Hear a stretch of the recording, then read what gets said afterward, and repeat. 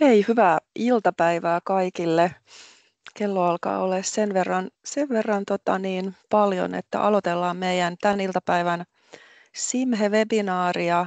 Meillä on valtava määrä ilmoittautuneita tähän, yli 300 henkeä, ja tästä nähdään, että jo yli 100 on paikalla, niin varmasti on hyvät edellytykset lähteä eteenpäin kohti tämän iltapäivän varsinaista ohjelmaa. Ja meillähän siis keskustelun aiheena on korkeasti koulutetut maahanmuuttajat ja heidän työllistymisensä Suomeen.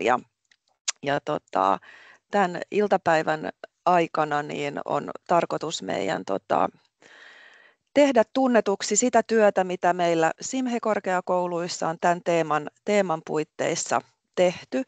Mun nimi on Maija Airas, työskentelen täällä opetushallituksessa kansainvälisen korkeakouluyhteistyön yksikön päällikkönä, mutta olen myös viime vuodet toiminut puheenjohtajana Simhe-yhteistyöryhmässä, joka sitten kokoaa kaikki ne korkeakoulut, missä tätä työtä tehdään, ja myös sitten laajemmin korkeakoulutuksen sidosryhmiä ja tärkeitä ministeriöedustajia yhteen sitten pohtimaan ja kehittämään tätä työtä. Ja tästä me nyt sitten kuullaan seuraavan 2 tunnin aikana.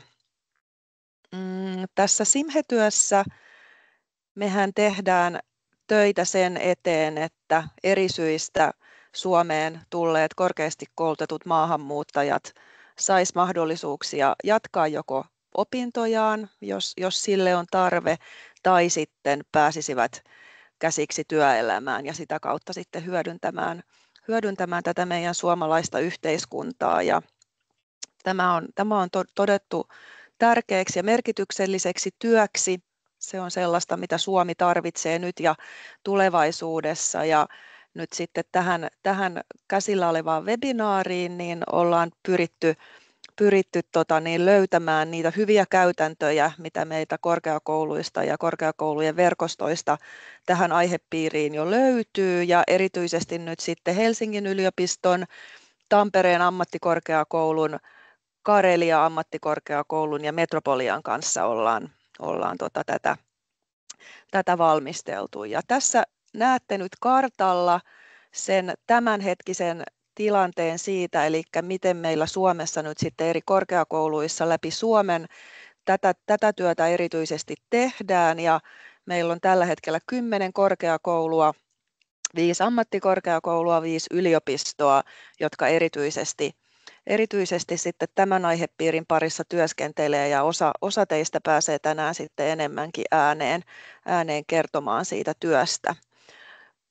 Siltä varalta, että nyt on tässä webinaarissa kuulolla henkilöitä, jolle tämä tehtäväkenttä, mitä Simhe-korkeakouluissa hoidetaan, ei ole niin tuttu, niin ihan parilla sanalla esittelen tätä yleisemmin tähän alkuun, ja sitten kohta päästään tähän varsinaiseen webinaariteemaan. Ja tosiaan meillä tätä Simhe-työtä korkeakouluissa on kehitetty siitä näkökulmasta, että halutaan varmistaa tätä korkeakoulutukseen pääsyä ja toisaalta työllistymistä sekä niin kuin koulutuspalveluiden kautta, koulutuksen kautta, että sitten neuvonnan ja ohjauksen kautta. Ja ne on niitä tärkeitä toimintatapoja, ja kaiken kaikkiaan tietysti tässä halutaan tehdä töitä sen eteen, että muualta maailmasta meille Suomeen tulleet osaajat perheineen sitten kotoutuisi ja juurtuisi tänne suomalaiseen yhteiskuntaan mahdollisimman hyvin.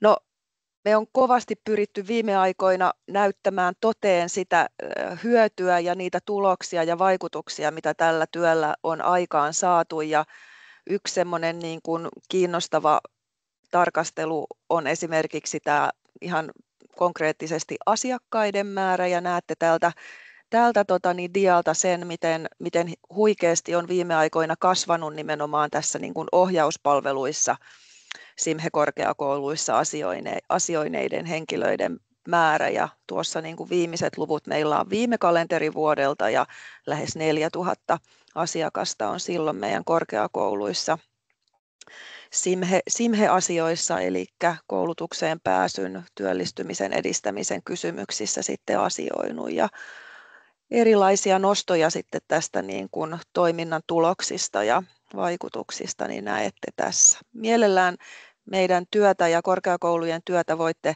jatkossa sitten halutessanne seurata tuolla LinkedIn-tilillä, missä sitten päivitetään ajankohtaisia kuulumisia tästä aihepiiristä.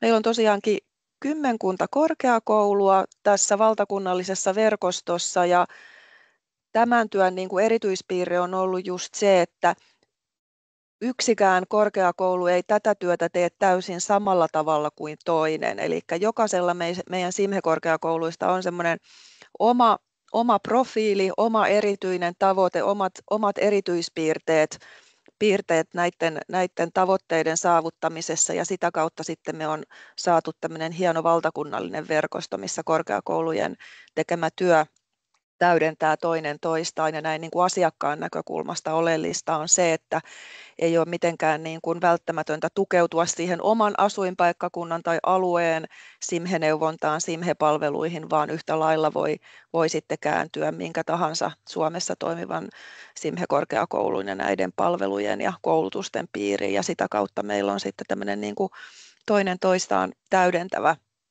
toimijajoukko sitten parhaita mahdollisia palveluja tarjoamassa.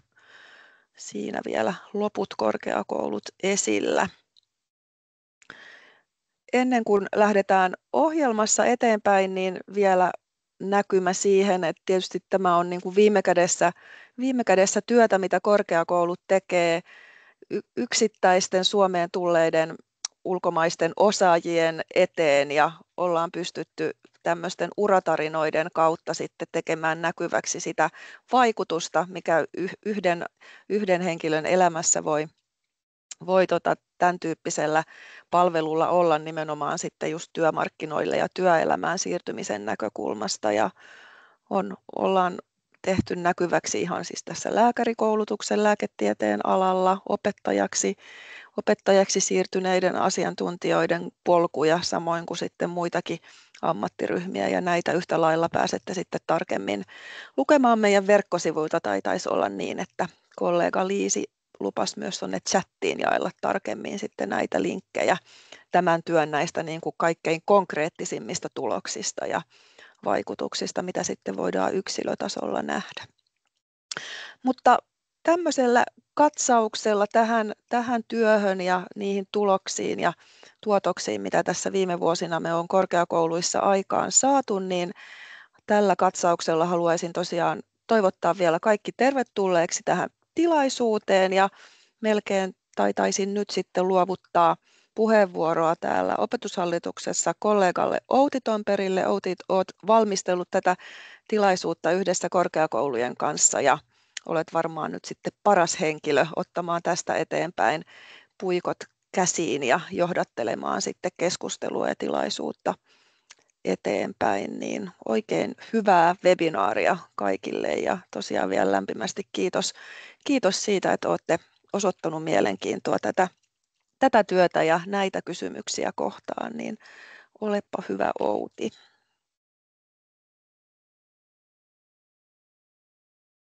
Kiitos Maija. Siirrytään tosiaan tämän lyhyen johdatuksen päivän aiheeseen jälkeen eteenpäin ja meillä olisi seuraavana vuorossa katsaus toimintasuunnitelman kansainvälisten korkeakouluopiskelijoiden Suomeen työllistämisen edistämiseksi ja siitä meille on kertomassa Petra Lehto työ- ja elinkeinoministeriöstä ja Maija Innola opetus- ja kulttuuriministeriöstä. Maijan ainakin näen siellä jo linjoilla. Joo, kiitos Outi ja oikein hyvää iltapäivää mun puolesta. Aluksi täytyy pahoitella kollega Petran puolesta, että hän on sairastunut ja joutunut sen takia jäämään pois tästä webinaarista, mutta yritän kertoa sen, mitä ollaan yhdessä työ- ja elinkeinoministeriön kanssa valmisteltu. Ja mä laitan ton esityksen nyt päälle ja toivon, että se näkyy. Eli kommentoikaa, jos siinä on jotain häikkää. Eli kyseessä on itse asiassa vielä tämmöinen työskentelyvaihe kohti tämmöistä toimintasuunnitelmaa, eli vielä ollaan sellaisessa vaiheessa, että vasta ollaan rakennettu semmoinen suunnitelma siitä, että miten me päästäisiin tähän varsinaiseen toimintasuunnitelmaan, ja siitä aion puhua. Ja taustaksi voisi todeta ihan lyhyesti sen, että kansainväliset opiskelijat on volyymiltaan ja tämmöinen merkittävä ryhmä ja potentiaalisesti erittäin tärkeä ryhmä, kun mietitään sitä Suomen tarvitsevaa kansainvälisten osaajien määrää. Ja taustalla siinä on se, että ulkomaalaisten opiskelijoiden määrä Suomessa on kasvanut tasaisesti koko 2000-luvun, eli ollaan hyvin paljon kasvatettu näitä kansainvälisten opiskelijoiden määriä, ja siinä ollaan niin kuin onnistuttu hyvin. Tässä opiskelijajoukossa on kahdenlaista ryhmää, eli valtaosa näistä kansainvälisistä opiskelijoista opiskelee meillä korkeakouluissa, ja nämä kansainväliset opiskelijat tulee useimmiten Suomeen opiskelutarkoituksessa, eli saapuvat Suomeen sen takia, että ovat saaneet opiskelupaikan suomalaisesta korkeakoulusta ja opiskelijan oleskeluluvalla tulevat maahan. Sitten meillä on kansainvälisellä taustalla opiskelevia myös toisella asteella, mutta useimmiten he ovat tulleet maahan alun perin jossain muussa tarkoituksesta tai muusta syystä, mutta ovat sitten jossain vaiheessa hakeutuneet opintoihin toisen asteen ammatilliseen koulutukseen. Tällä hetkellä Suomessa korkeakoulututkinnon suorittaneista ulkomaalaisista opiskelijoista työllistyy Suomeen noin 55% vuosi tämän valmistumisen jälkeen. Ja tämä luku on kansainvälisesti vertailtuna ihan hyvä, mutta sitten kun sitä suhteuttaa siihen, että meillä on korkeat tavoitteet saada kansainvälisiä opiskelijoita lisää Suomeen, niin tässä on toki vielä petrattavaa. Ja tiedetään hyvin, että työllistymisaste vaihtelee sen suoritetun tutkinnon ja koulutusalan mukaan, ja myös siinä on jonkun verran vaihtelua, että miten sitten työllistytään korkeakoulututkintoa vaativiin tehtäviin. Tiedetään myös tästä tilastojen pohjalta, että suurin osa työllistyneistä muuttaa uudelle maalle, vaikka sitten se koulutus olisi käyty jossakin muualla päin Suomea. Ja tietysti se tosiasia, että työelämän vastaanottavuus vaikuttaa hyvin merkittävästi siihen, että miten meidän kansainväliset opiskelijat suomalaisille työmarkkinoille työllistyvät. Tätä ilmiötä on tarkastellut paljon perusteellisemminkin kuin mitä nyt ajattelin tässä käydä läpi, että tämä on vain tämmöistä taustotusta ihan siitä lähtökohdista. Niin esimerkiksi tuossa Vipunen koulutushallinnon tilastopalvelun blogissa on aika kiva kirjoitus siitä, että mitä me tiedetään tilastojen pohjalta, ja siihen kannattaa ilman muuta tutustua. Ja lähtökohdaksi voi vielä sanoa, että toki kansainvälisten opiskelijoiden työllistymisen parantamisen eteen on tehty viime aikoina paljon toimenpiteitä, erityisesti alueellisesti Talent Hub-toimintojen kautta, kaupungit, TE-hallinto ja varsinkin korkeakoulut. Eli erilaisia toimenpiteitä, joissa on koottu sitten keskeisiä toimijoita yhteen, yritetty muun muassa kehittää näitä työelämäyhteyksiä opintojen aikana, harjoitteluiden, yhteisten projektejen, mentorointiohjelmien ja niin edelleen avulla. Ja sitten yksi tärkeä tämmöinen kehittämiskohde on ollut kotimaisten kielten opintojen tarjonnan lisääminen ja opiskelumahdollisuuksien parantaminen. Tässä näköjään juuttuu tämä esitys, että minun täytyy lopettaa jakaminen, että mä saisin vaihdettua tätä sivua. No nyt mä saan. Hyvä. Tosiaan tähän Talent Boost-ohjelmaan, mikä tämä hallitus on hyväksynyt, niin sisältyy edelleen tavoite siitä, että Suomessa valmistuneet kansainväliset opiskelijat työllistyisivät paremmin koulutustaan vastaaviin tehtäviin. Ja tätä työllistymisen edistämistä on tietysti tehtävä yhteistyössä työnantajien, korkeakoulujen ja oppilaitosten kanssa. Kun me ollaan lähdetty valmistelemaan tämmöistä toimintasuunnitelmaa, niin siinä ehkä on tehty vähän semmoinen rajaus, että tässä työssä keskityttäisiin erityisesti näihin opiskelutarkoituksessa maahan tulleisiin kansainvälisiin opiskelijoihin ja heidän työllistymisensä edistämiseen. Et hiukan eri kohderyhmä kuin esimerkiksi mitä sitten SIMHE-toiminnassa laajemmin on. Tavoitteena on tarkastella sitä koko elinkaarta aina sieltä opiskelijahoukuttelusta, rekrytoinnista, markkinoinnista tänne sitten siihen, että opiskelija valmistuu ja työllistyy. Ja tavoitteena tässä toimintasuunnitelman laatimisessa on se, että me voitaisiin kerätä nämä hyvät ja vaikuttavat käynnissä olevat toimet ja sitten sopia hallinnonalojen kesken myös kaikista tämmöisistä keskeisistä toimenpiteistä, mitä pitäisi tehdä, jotta sitten tämä työllistyminen parantuisi. Ehkä taustaksi voi vielä sanoa, että mistä lähdetään liikkeelle, niin on se, että kuntien rooli ja mahdollisuudet suunnata palveluita korkeakoulutettujen työllistämisen edistämiseksi kasvaa, eli kun työllistämispalvelut siirtyy kuntien vastuulle, niin siinä on yksi mahdollisuus painottaa myös tätä kohderyhmää. Ja korkeakoulujen kanssa on sovittu näistä keskeisistä tavoitteista ja strategiarahoituksen suuntaamisesta seuraavalle sopimuskaudelle. Ja näissä oikeastaan kaikilla korkeakouluilla näkyy kunnianhimoiset tavoitteet kansainvälisten opiskelijoiden määrästä. Ja sen lisäksi myös sitten tätä strategiorahoitusta on suunnattu aika mittavissa määrin myös sitten näiden toimenpiteiden kehittämiseksi ja jatkamiseksi, mitä on tehty kansainvälisten opiskelijoiden integroimiseksi ja työllistämisen parantamiseksi. Tässä vielä vähän hahmotelmaa, että mitä osa-alueita tämä tuleva toimintasuunnitelma kattaisi.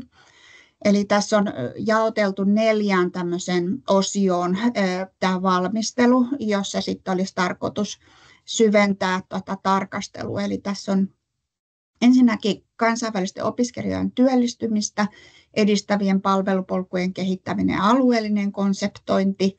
2. tieto työmahdollisuuksista osaksi opiskelijahoukuttelua, eli siellä oltaisiin silloin siinä opiskelijapolun alkupäässä, eli rekrytointi, opiskelijahoukuttelu markkinointitoiminnoissa ja miten tämä työllistyminen rakennetaan sinne osaksi tätä toimintaa. Sitten 3. kokonaisuutena olisi taloudelliset kannustimet työllistyä Suomeen ja työllistää kansainvälisiä osaajia, mitä niiden osalta voitaisiin tehdä. Ja sitten 4. kokonaisuutena suomen ja ruotsin kielen oppiminen. Mitä tämä toimintasuunnitelma sitten käytännössä tarkoittaa, on se, että sitä tullaan valmistelemaan tämmöisenä tiivinä verkostoyhteistyönä, eli Talent Boost-toimijoiden kesken. Ja tuossa äskeisellä kalvolla mainittujen vetovastuullisten tahojen johdolla sitten tässä lähikuukausina olisi tarkoitus työstää näitä syventäviä osa-alueita. Ja ajatus on niin, että identifioidaan näiden osa-alueiden osalta nämä keskeiset jo käynnissä olevat toimenpiteet ja hyvät käytännöt, eli poimitaan sieltä niitä, mitä ehdottomasti kannattaa jatkaa. Ja sitten jos kyetään, niin tuottamaan myös ehkä 1-3 uutta ehdotusta siitä, että mitä pitäisi tehdä. Ja nämä voivat olla sitten sellaisia, joita voidaan toteuttaa nykyresurssein toimimalla vähän toisin tai suuntaamalla toimintaa eri lailla. Tai sitten sellaisia, ideoita ja ehdotuksia, jotka vaatisivat lisäresurssointia. Tämä on tietysti sellainen alue, mitä on vuosikausia jo pohdittu, että me ei odoteta, että tähän löytyisi mitään semmoista helppoa viisasten kiveä.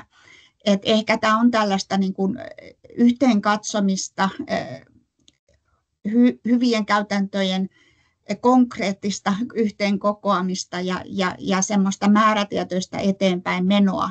Ja toki jos löytyy semmoista uusia näkökulmia, ajatuksia siitä, että mitä kannattaisi tehdä, niin niitä otetaan ilolla vastaan ja viedään tähän työhön. Ja me tosiaan käsiteltiin tätä niin kuin toimintasuunnitelman valmisteluprosessia tänään myös tuolla Talent Boost-ohjausryhmässä. Ja tarkoitus on myös sitten, että tämä toimintasuunnitelma vietäisiin sitten uudestaan, kunhan sinne on löytynyt näitä tuossa edellä kuvaamiin aihioita ja uusia ehdotuksia, niin sitten hyväksyttäväksi tänne Talent Boost-ohjausryhmän helmikuulla. Eli tämmöisellä aika nopealla, ripeällä aikataululla tarkoitus koota näissä keskeisissä osa-alueissa sitä niin kuin hyvää toimintaa, mitä nyt tehdään, mitä kannattaa jatkaa, ja myös sitten ideoita, mahdollisia uusia avauksia. Kiitos.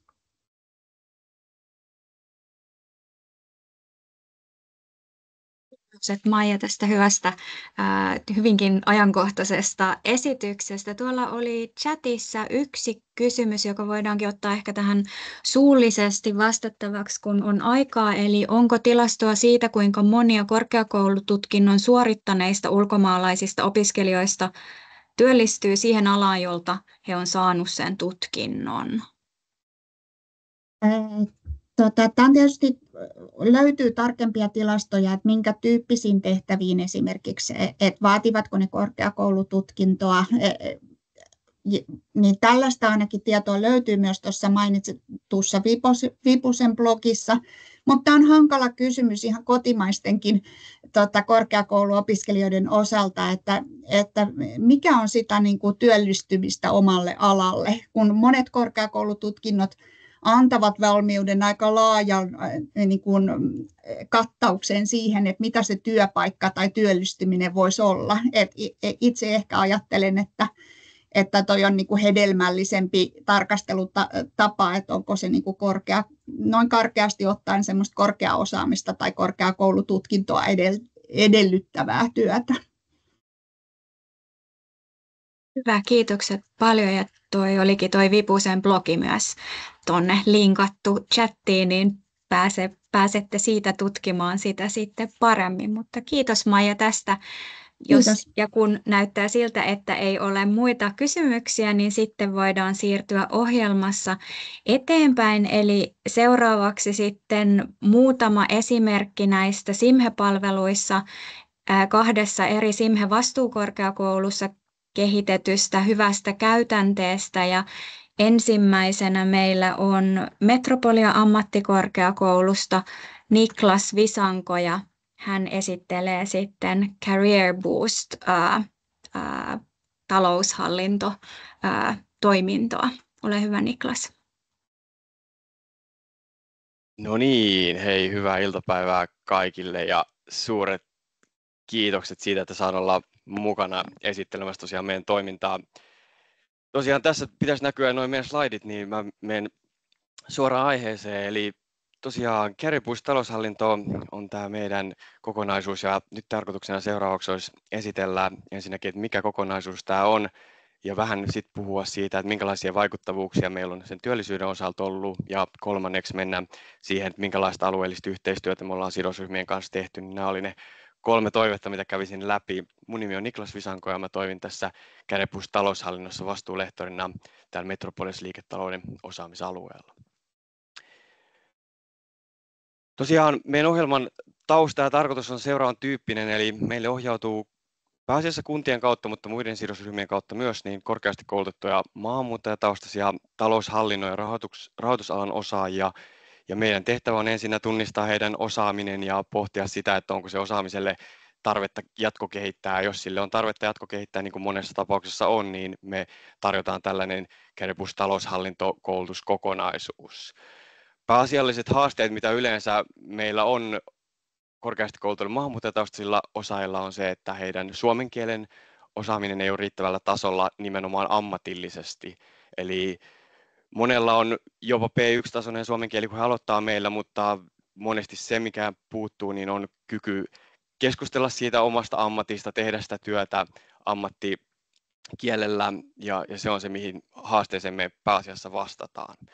No toinen ongelma on se, että yleisesti taloushallintoalalla ja myös rahoitusalalla on ongelma, että jos osaaja tulee toisesta valtiosta ja siirtyy toiseen, niin meillä on paljon kansallista lainsäädäntöä, verotuskäytänteitä, veroilmoituksia, kirjanpito-ohjelmistoja ja muita käytänteitä, jotka ovat kansallisesti eriytyneitä. Eli jos vaikkapa Ukrainasta tulee pääkirjanpitäjä Suomeen, vaikka hän olisi tehnyt 10 vuotta sitä työtä, niin hän ei pysty Suomessa sitä tekemään, ellei hän saa siinä jonkinnäköisen integroivan koulutuksen tai itsenäisesti opiskele merkittävää määrää suomalaista sitten suomalaisia kirjanpitokäytänteitä.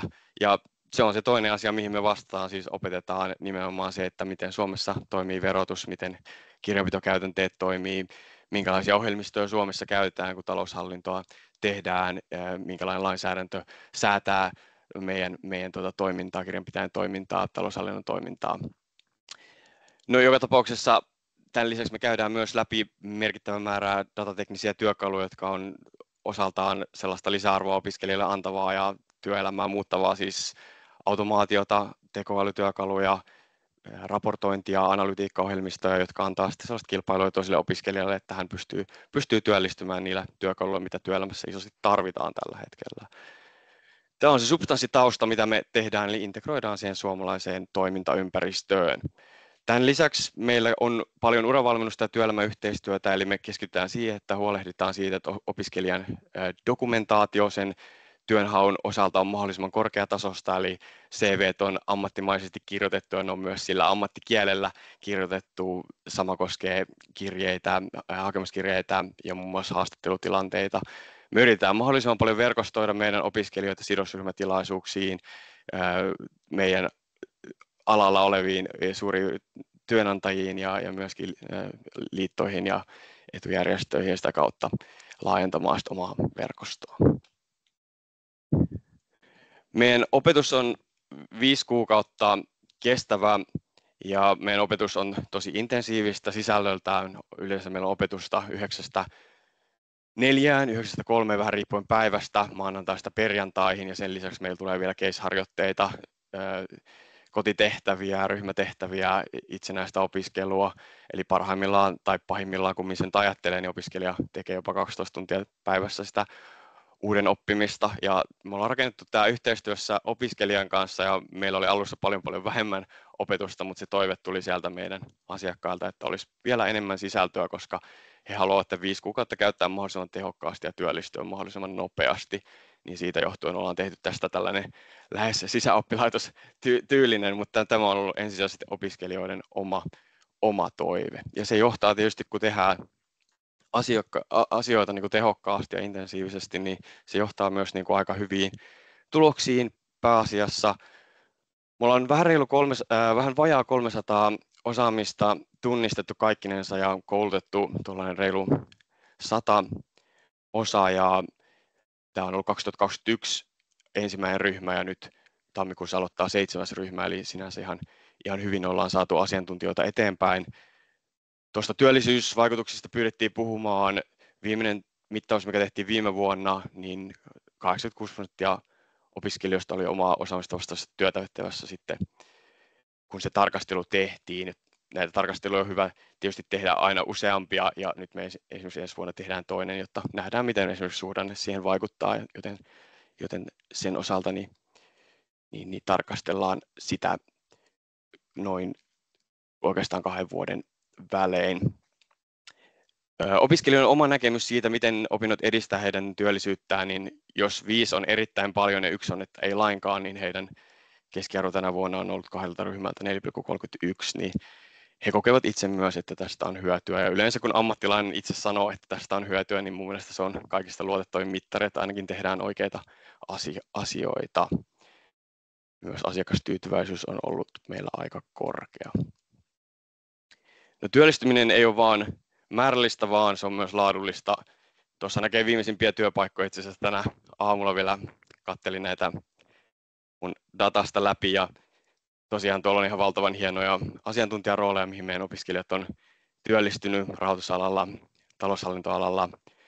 Ja niin kuin näkyy tuosta, niin osa työpaikoista on nimenomaan englanninkielisiä, eli opiskelija saattaa olla, että työtä tekee pääasiassa englanninkielellä, mutta hän tarvitsee työssään paljon suomenkielistä dokumentaatiota. Hän keskustelee asiakkaiden kanssa suomeksi. Eli vaikka se titteli olisikin englanninkielinen, niin sillä suomen kielellä on edelleen siellä arjen rajapinnoissa iso merkitys. Yhtä lailla meillä on myös osaajia, jotka 100% tekee suomeksi vaikka tilitoimistossa hommia. Ja sitä kautta he on hyvin pystynyt kehittämään sitä osaamista, että he pärjäävät ihan asiakasrajapinnoissa haastavissakin tilanteissa. Meillä on päätynyt osaajia ihan johtotason tehtäviin asti, keskijohtoon ja muunlaisia työtehtäviä, mitkä on tietysti tosi hienoa ollut huomata ja ehkä vähän yllätyskin meille, miten hyvin he on sitten työelämässä edistyneet. No, sidosryhmien osalta tästä pari sanaa voisin mainita.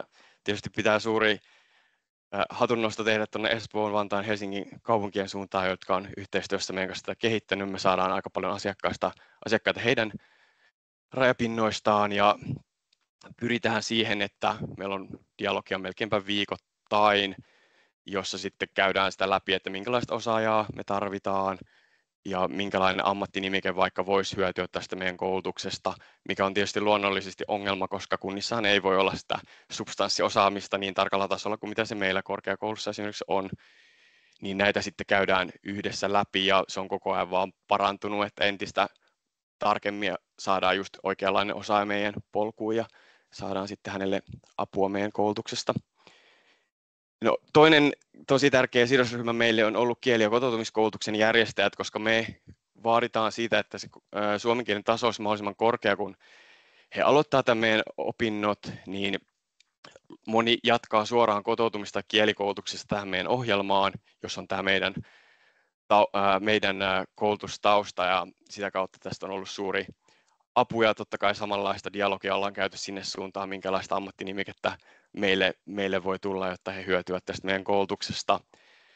Toinen asia, mitä kieli- ja kotoutumiskoulutuksen järjestäjän kanssa ollaan käyty läpi, niin on sitä ammattisanastoa. Eli ongelma tällä hetkellä on se, että jos opiskelija opettelee kielen esimerkiksi ChatGPT:tä käyttäen tai Google Translatoria käyttäen, niin valitettavasti se suomentaa väärin ammattisanaston. Eli oikea ammattisanasto löytyy taloushallinnon osalta pääasiassa vain dokumentaatioista, kuiteista, tositteista, tililuetteloista, tämän tyylisistä. Ja jos ne itsenäisesti opiskelija on opetellut tai kielikouluttaja opettaa sitä käyttäen tällaisia sanastolähteitä, niin se valitettavasti johtaa väärään osaamiseen. Tätä ollaan yhdessä käyty ja hyvin saatu integroitua sitä S2-opetusta siihen meidän substanssiopetukseen.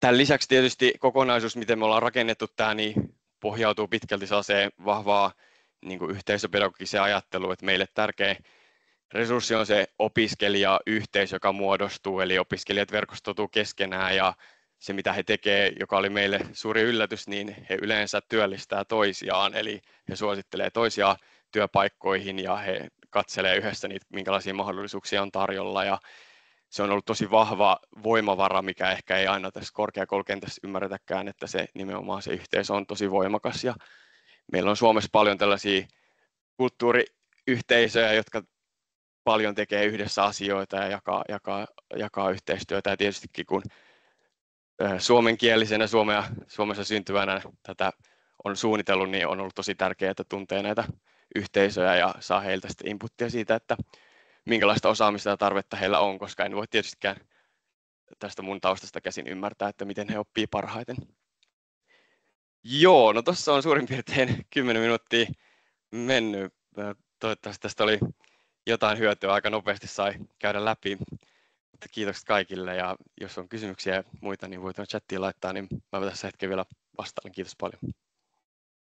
Kiitos Niklas tästä erinomaisen kiinnostavasta esityksestä ja tosiaan teillä kyllä tosi vaikuttava toi prosentti, minkä näytit niin koulutuksen suorittaneiden osalta. Ehkä kun meillä on tässä aikaa, niin täällä tuli ihan kiinnostava kysymys, johon voisit ehkä vastata suullisestikin liittyen siihen, että onko sinulla näkemystä näistä työpaikkojen vastaanottavuudesta, että liittyykö teillä tähän niin kuin sitä ohjausta tai koulutusta jotenkin tähän teidän osioon, tai että minkälaisia yhteyksiä on sitten sinne niin kuin työnantajapuolen suuntaan? No se, mikä on ollut meillä ainakin tosi hieno yhteistyö, erityisesti nyt Espoon kaupunki, mun on pakko tässä nostaa, että meillä on monesti ollut, kun meillä opiskelija tulee ja hän käy tämän meidän koulutuksen läpi, niin monesti jopa Espoon kaupungilla on siellä mietitty rajapinta valmiiksi, minkälaisiin työtehtäviin tai mihin yritykseen voisi tehdä vaikka harjoittelun tai työkokeilun tai muun vastaavan määräaikaisuuden tai tämän tyylistä. Eli se on ollut ainakin meille niin kuin tosi tärkeä voimavara, koska tietysti Espoossa tunnetaan parhaiten heidän alueelliset toimijat, ja tietysti meillä korkeakoulussa pyritään aina siihen, että me keskitytään siihen opettamiseen ja kouluttamiseen, ja tietysti meillä ei ole aina niin hyvin tuntemusta kaikista toimijoista kuin mitä siellä kunnilla niin kuin parhaimmillaan on, niin se on ollut ainakin niin yksi keskeinen tekijä. Sieltä ollaan saatu tiettyjä organisaatioita, jotka on suoraan niin kuin käy läpi meidän osaajia ja pystyisi työllistämään, niin tämän tyylisiä meillä on muun muassa ollut. Kiitos. Korostuu sidosryhmäyhteistyö siis sangen paljon tässä. Hyvä, kiitokset Niklas. Ja siellä jotain kysymyksiä oli lisää chatissa, niin voit siellä sitten niihin muihin vastailla. Ja me voidaan siirtyä sitten seuraavaksi kuuntelemaan Juttuklubi Joensuusta, josta meille tulee kertomaan Taru Väisänen Karelia ammattikorkeakoulusta.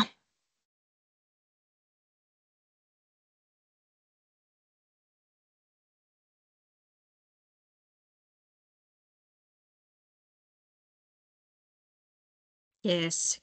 Kiitokset paljon ja terveisiä Joensuusta.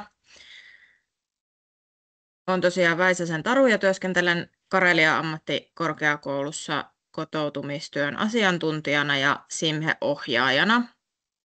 Ja Juttuklubi Joensuu on siis kerran kuukaudessa toteutuva tapahtuma, jossa on mahdollisuus tavata suomalaisia työnantajia, kuulla suomalaisesta työelämästä, keskustella työelämään liittyvistä asioista ja ennen kaikkea verkostoitua.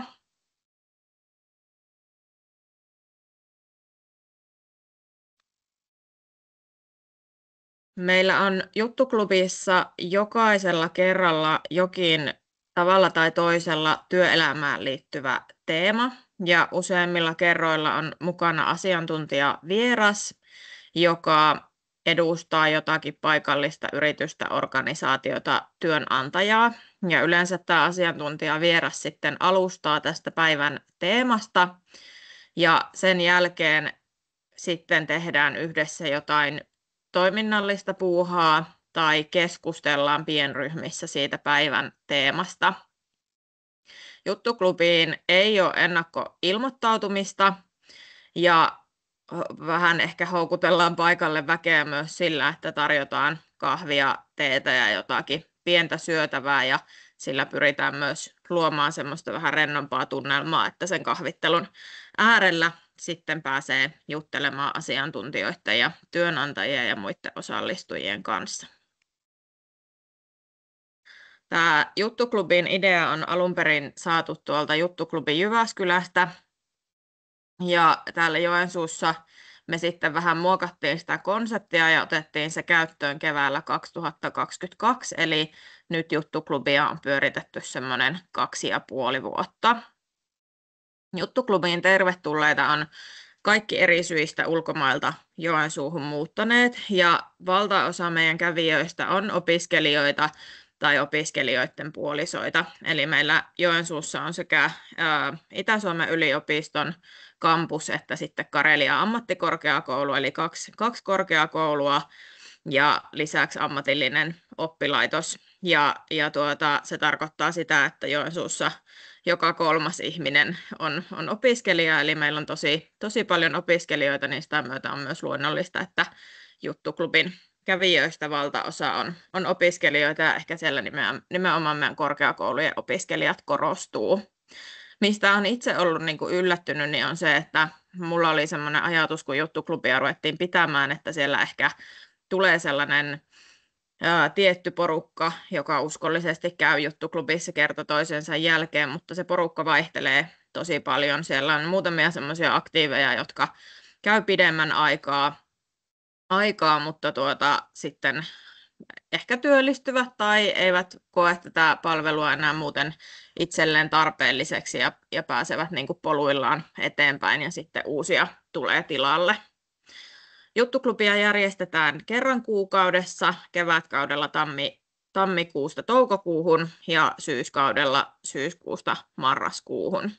Ja tässä on myös tämmöinen alueellisen yhteistyön näkökulma, eli tätä juttuklubia järjestetään yhteistyössä Joensuun kaupungin työllisyyspalveluiden kanssa.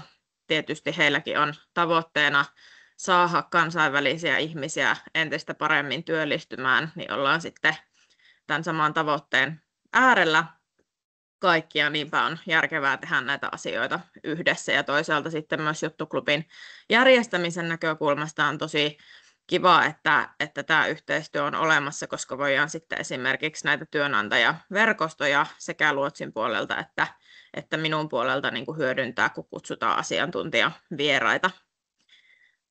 Juttuklubi on kaksikielinen tilaisuus, eli englantia ja selkeää suomea puhutaan. Silloin, jos kaikilla ei ole yhteistä kieltä, niin käytetään molempia kieliä. Jos kaikki puhuu englantia, yleensä sellaista tilannetta ei ole, että kaikki puhuisi suomea, niin sitten englantia käytetään niin kuin niiden yhteisten osioiden kielenä, ja siinä vaiheessa, kun ryhdytään pitämään vaikka niitä pienryhmäkeskusteluja, niin voidaan sitten jakautua ryhmiin sen mukaan, että ketkä haluaa harjoitella suomeksi puhumista, niin voivat muodostaa suomenkielisen ryhmän ja niin edelleen.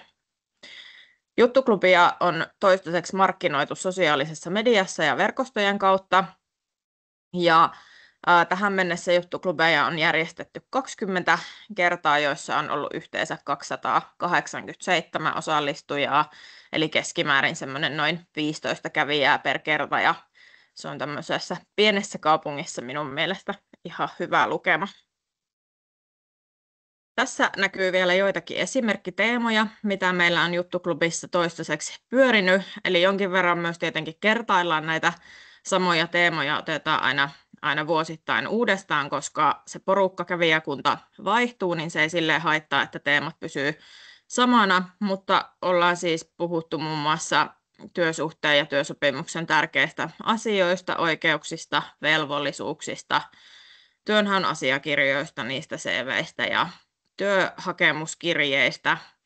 Ollaan pidetty CV-työpajaa, puhuttu työhaastattelusta ja harjoiteltu sitä ihan käytännössä. Se on ollut tosi arvokasta. Moni kävijä on sanonut, että he ei ole niin kuin ikinä olleet suomalaisessa työhaastattelussa. Jotenkin se on tosi jännittävä tilanne, niin on hirmu kiva, että sitä pääsee harjoittelemaan käytännössä. Omien vahvuuksien tunnistamista ja sanottamista on ollut meillä teemana. Ja sitten ollaan jaettu tietoa aiemman osaamisen ja tutkintojen tunnistamisen, tunnustamisen prosesseista. Yrittäjyydestä on puhuttu, vapaaehtoistyöstä, linkkarityöpajaa ja monenlaista muuta. No mitä hyötyä minä itse ajattelen ja mitä kävijät ovat niin kuin kertoneet juttuklubista heille olleen, niin tietysti ensimmäisenä se, että saa niin kuin faktatietoa siitä, että mitä suomalainen työelämä, työkulttuuri, mitä se niin kuin tarkoittaa ja mitä pitää siitä ymmärtää. Iso hyöty on myös ne verkostot ja kontaktit, paitsi maahanmuuttaneille, niin ajattelen, että myös työnantajille ja niille asiantuntijavieraille, koska kyllähän se tulevaisuus siltä näyttää, että on niin kuin niidenkin yritysten, jotka ei toistaiseksi ole KV-osaajia työllistäneet, niin tulevaisuuden suunta on se, ja heillekin ne verkostot ja oppi asiasta ovat hyödyksi. Sitten on kiitelty paljon sitä, että juttuklubissa on tosi rento ja lämminhenkinen tunnelma ja ympäristö, ja siellä on mahdollisuus ja aikaa kysymyksille ja keskustelulle. Eli moni kävijä on kiitellyt sitä, että on tosi arvokasta, että pääsee oikeasti tapaamaan niitä työnantajia semmoisessa rennommassa ilmapiirissä, joka ei ole niin työhaastattelu, vaan siinä pääsee oikeasti kyselemään niiltä työnantajilta ja kaikki myös tosi niin kuin avoimesti sitten on antanut vinkkejään ja kertonut näkemyksiä asioista. Ja sitten vielä tämä suomen kielen harjoittelu on tietysti yksi aspekti, että sitäkin aina sanotaan, että on tosi vähän niitä paikkoja, missä pääsisi puhumaan suomen kieltä, niin Juttuklubi on myös sellainen paikka. Tässä on sitten muutama linkki, mistä voi tutustua, jos nämä diat tulee jakoon, niin tarkemmin sitten Juttuklubiin. Verkkosivut, video löytyy ja tänä syksynä on myös julkaistu tuommoinen verkkouutinen Juttuklubista, niin sieltä voi käydä lukemassa lisää. Meillä kävijäennätys oli just tuolla kerralla, kun tämä jutuntekijä oli meillä mukana. Meillä oli 48 ihmistä Juttuklubissa tuossa lokakuun kerralla, niin kiva, että tämä jutuntekijä nyt sattui juuri silloin sitten sinne paikalle. Ja Instagramissa voi Simhe Kareliaa seurata ja sitä kautta myös nähdä vähän lisää Juttuklubin tunnelmia. Ja toki minuun voi olla yhteydessä ja kysellä kerran mielelläni lisää ja tuonne chattiinkin voi kysymyksiä laittaa.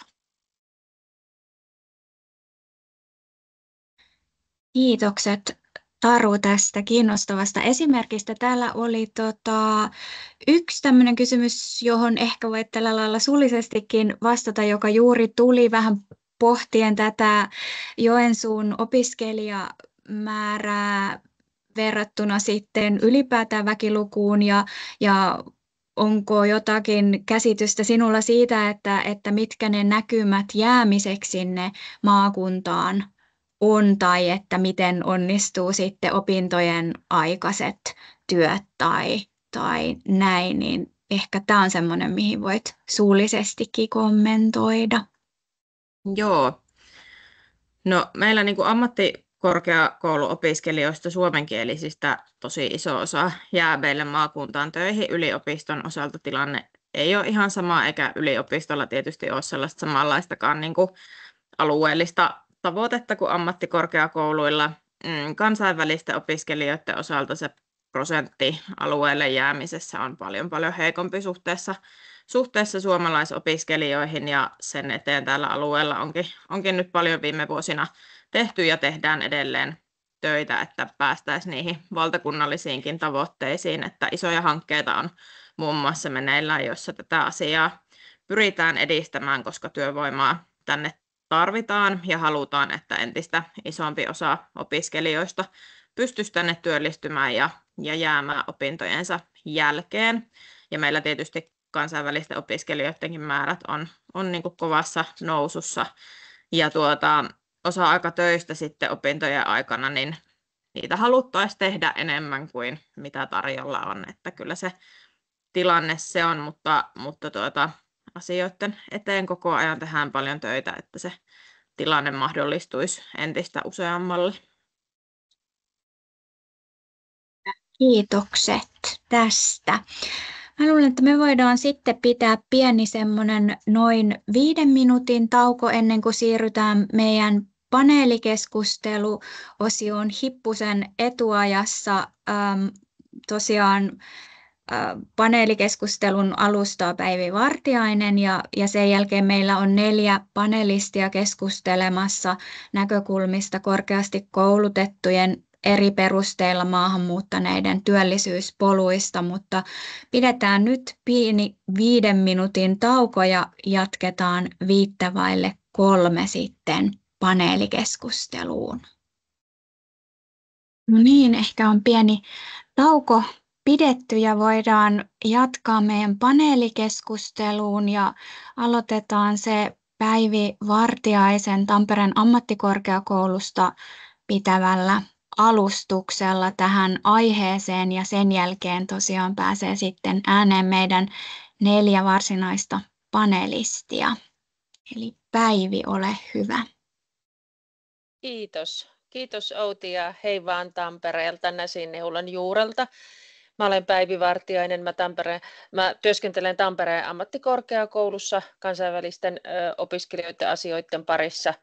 Olen muun muassa tämän Simhe-vastuukorkeakoulutyön vastuuhenkilö TAMKissa, mutta mä en tällä kertaa kerro TAMKin Simhe-toiminnasta esimerkkejä, saan olla tässä juontamassa paneelia. Mutta ennen kuin mennään siihen paneeliin, niin meidän paneelin teemana on siis näkökulmia korkeasti koulutettujen eri perusteilla maahanmuuttaneiden työllisyyspolkuihin. Niin mä sain tähän tilaisuuden nostaa esiin muutaman näkökulman, jotka on toki aika lähellä niitä, mitä tässä on jo ollut, mutta ihan nyt vielä niin kuin johdatuksena tuohon paneeliin. Mulla on sitten muutama dia täällä, jotka toivon mukaan saan täältä teille jakoon.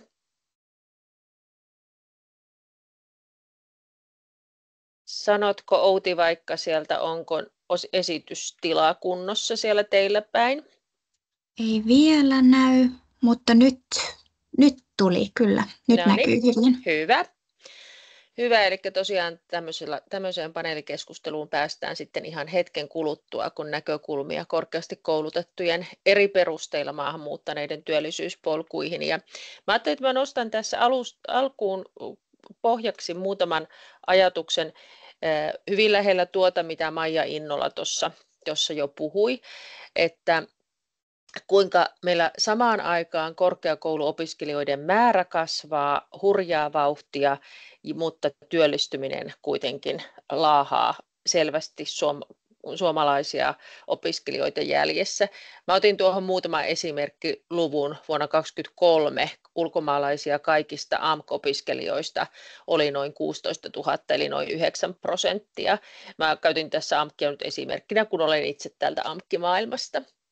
Ja koska meillä tässä paneelissa tulee tekniikan alat erityisesti esiin, niin katsoin tuon tekniikan alojen yhden esimerkin sieltä, että uusien ulkomaalaisopiskelijoiden määrä vuonna 2020 oli kolminkertaistunut vuodesta 2019 lähtien. Et siellä oli sitten niin kuin 2023 jo lähes 16% ulkomaalaisia. Ja tässä tarkoitetaan ulkomaalaisilla henkilöitä, joiden syntymämaa on muu kuin Suomi. No sitten vähän samaa tosiaan, mitä tuolla Innolan Maijalla oli tässä jo tästä korkeakoulusta valmistuneiden työllisyydestä, niin mulla sattui tässä olemaan hyvin samanlainen, mutta toisaalta mielenkiintoisesti erilainen tuolta Vipusesta kaivettu tilasto. Ulkomaalaisten AMKista valmistuneiden työllisyys 2017-2022. Ja siinä näkyy, että Maijalla oli tuo luku yhden vuoden jälkeen tutkinnosta työllisyys, niin se on tässäkin näyttäytyy, että se on tuolla tasolla 53,7 AMKista valmistuneiden. Mutta sitten kun katsotaan sitä, mitä tapahtuu 3 vuotta tutkinnon jälkeen ja 5 vuotta tutkinnon jälkeen, niin se onkin aika iso se työllisyyden pudotus noina seuraavina vuosina. Ja samaan aikaan sitten täällä alimmassa rivissä muuttanut maasta prosentit nousee 22,9 jopa tuonne 33,4. Eli minusta tällä voi kuvata sitä, että kuinka meidän pitovoimassa meillä on ilmeisesti niin kuin aika paljon vielä tehtävää. Että mitä tässä mahtaa tapahtua tämän niin kuin 1 vuoden ja 5 vuoden valmistumisesta välillä. No sitten kansainvälisistä opiskelijoista vähän muihinkin maahanmuuttajaryhmiin.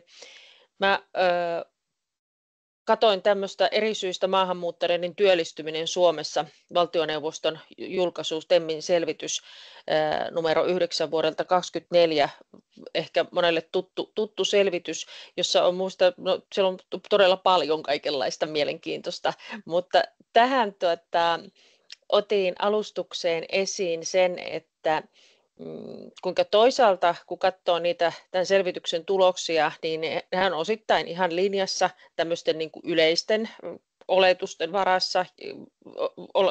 kanssa, joiden varassa usein sitä yhteiskunnallista keskustelua käydään.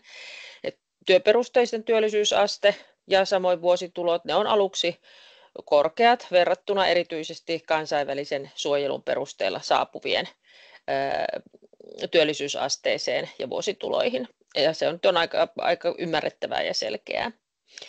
Ja opiskeluperusteiset odotetusti alkuun, he ovat opiskelijoita, ja vaikka heistä nyt todella monethan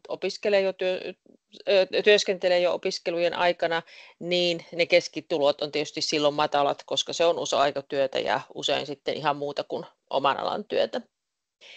Mutta sitten siellä on myös semmoisia tietoja, tuloksia, jotka ei ole ehkä ihan niin niiden yleisten odotusten mukaisia ja totuutena pidettyjen oletusten mukaisia. Et kuinka nämä ryhmien eri perusteilla maahan tulleiden ryhmien väliset erot kaventuu tosi selvästi ensimmäisen vuosikymmenen aikana, Suomessa asutun vuosikymmenen aikana.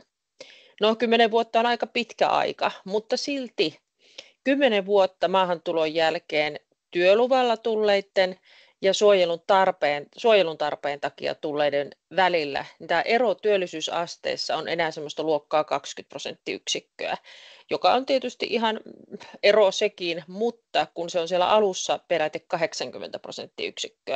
niin kehitystä ja muutosta tapahtuu siinä valtavan paljon. Ja mä ajattelen, että yksi semmoinen keskeinen kysymys voisi olla se, että mitä voitaisiin tehdä, että tämä kuilu umpeutuisi pikkusen nopeammin, että siihen ei tarvittaisi 10 vuotta. Tuolta julkaisusta voi katsella niitä käppyröitä. Mä en yksinkertaisesti saanut onnistunut niitä siirtämään tähän esitykseen niin, että niistä olisi kunnolla saanut selvää, mutta en viitsinyt niitä sen takia tähän ottaa, mutta että tietysti graafisena esityksenä vielä niin kuin selkeämmin näkee, miten nuo käyrät lähentyy toisiaan 10 vuoden kuluessa. Toinen semmoinen yllättävämpi tulos, tai semmoinen niin kuin minut ainakin miettimään pistänyt tulos oli se, että Suomeen opiskelemaan tulleet eivät keskimäärin samanikäisen suomalaistaustaisen tulotasoa, vaikka he olivat tosiaan niin kuin pääosin korkeakoulussa opiskelleita ja asuivat näillä Suomen kaikkein elinvoimaisimmilla alueilla isoissa kaupungeissa tai niiden läheisyydessä. Tämmöisiä ajatuksen eväitä multa tähän meidän paneelin alkuun, ja sitten me voidaankin tästä siirtyä suoraan tähän paneeliin.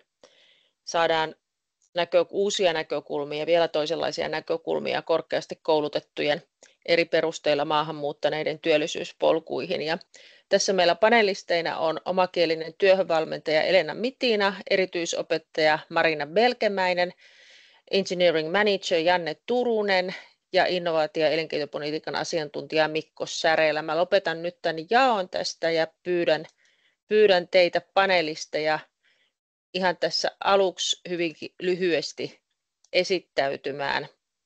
Aloitetaanko vaikka sieltä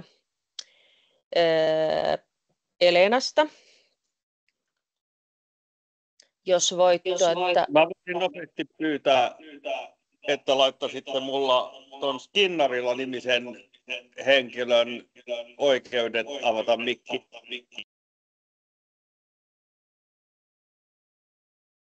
Joo, kiitos. Varmaan sieltä Outi tai Liisi pystytte järjestämään Särelän Mikolle.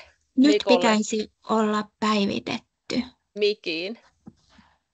Ja nyt meillä on muut panelistit tässä jo näkyvillä ja Mikkokin sieltä varmaan ihan kohta ilmaantuu sieltä.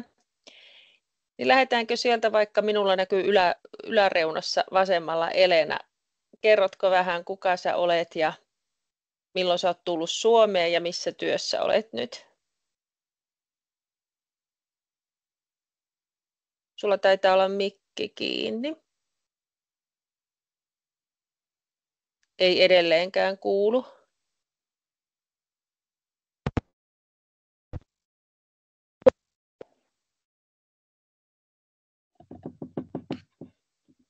No niin, nyt rupeaa jotain ääniä sieltä kuulumaan. Toivottavasti nyt kuuluu.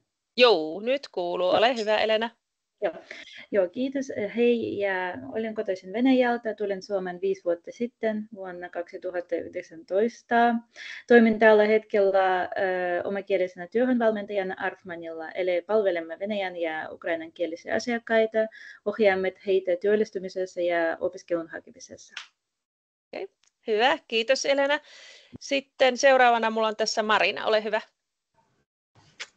No hei kaikille, mä olen Marina Pelkimäen, muutin Suomen vuonna 2003, eli mulla on jo pitkä ikä Suomessa. Ja tällä hetkellä työskentelen laaja-alainen erityisopettajana Helsingissä. Kiitos Marina. Ja sitten meillä on seuraavana Janne, ole hyvä. Joo, tervehdys vaan kaikille. Nimeni on Janne Turunen. Tulen sellaisesta yrityksestä kuin Philips Medisas. Toimimme täällä Joensuun seudulla Kontiolahden puolella lääketeollisuuden sopimusvalmistuksessa.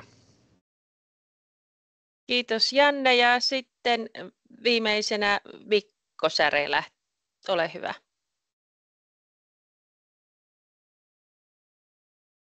Sulla taitaa olla mikki kiinni. Tervehdys kaikille.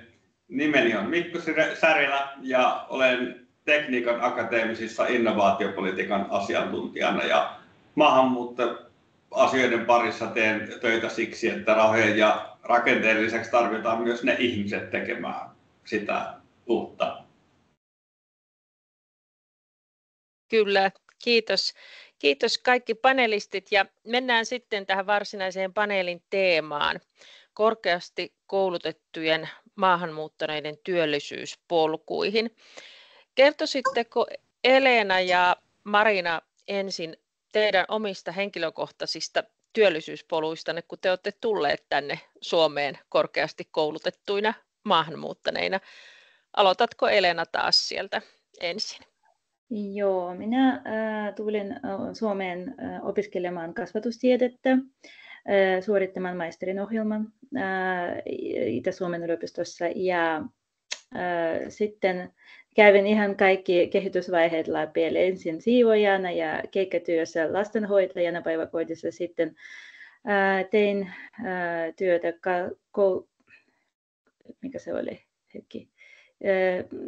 koulussa koulunkäynnin ohjaajana, sitten siirryin vastaanottokeskuksen ohjaajana ja sen jälkeen tulkkina, edelleen toimin itse asiassa tulkkina Jubreitissä ja myös omakielisenä työhönvalmentajana. Okei.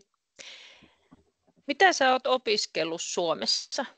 Kasvatustiedettä, eli englannin kielen opettaja. Okei. Ja opiskeletko sä tällä hetkellä jotain? Opiskelen myös tällä hetkellä ohjelmointia työn ohessa.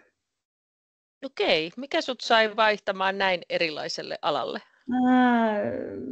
Olin itse asiassa kiinnostunut ja uskon, että minulla on sellaisia ominaisuuksia, että voisin menestyä myös tällä alalla.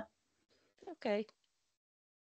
Millaista apua tai tukea sä oot, Elena, saanut tuohon työllistymiseen? Oletko sä esimerkiksi käyttänyt Simhe-palveluja? Joo, minä olen Simhen ja myös sen jälkeen Kavan opiskelijana. Eli Simheessä meillä oli englannin kielen opetus ja ei ollut sitä harjoittelua. Ja Kavassa minä sain suomen kielen taitoja kehitettyä ja sain työharjoittelupaikan tämän koulutuksen kautta. Ja sen jälkeen sain työpaikan suoraan työharjoittelusta töihin menin. Koetko sä, että sä oot saanut riittävästi tukea vai olisiko vielä jotain, mitä sä olisit jossain vaiheessa tarvinnut? Silloin minulla oli kova tarvetta harjoittelemaan suomen kieltä jossain niin sanotusti turvallisessa ympäristössä, missä minä voisin niin kuin vapaasti puhua ja ylittää tätä niin kuin kielimuuretta.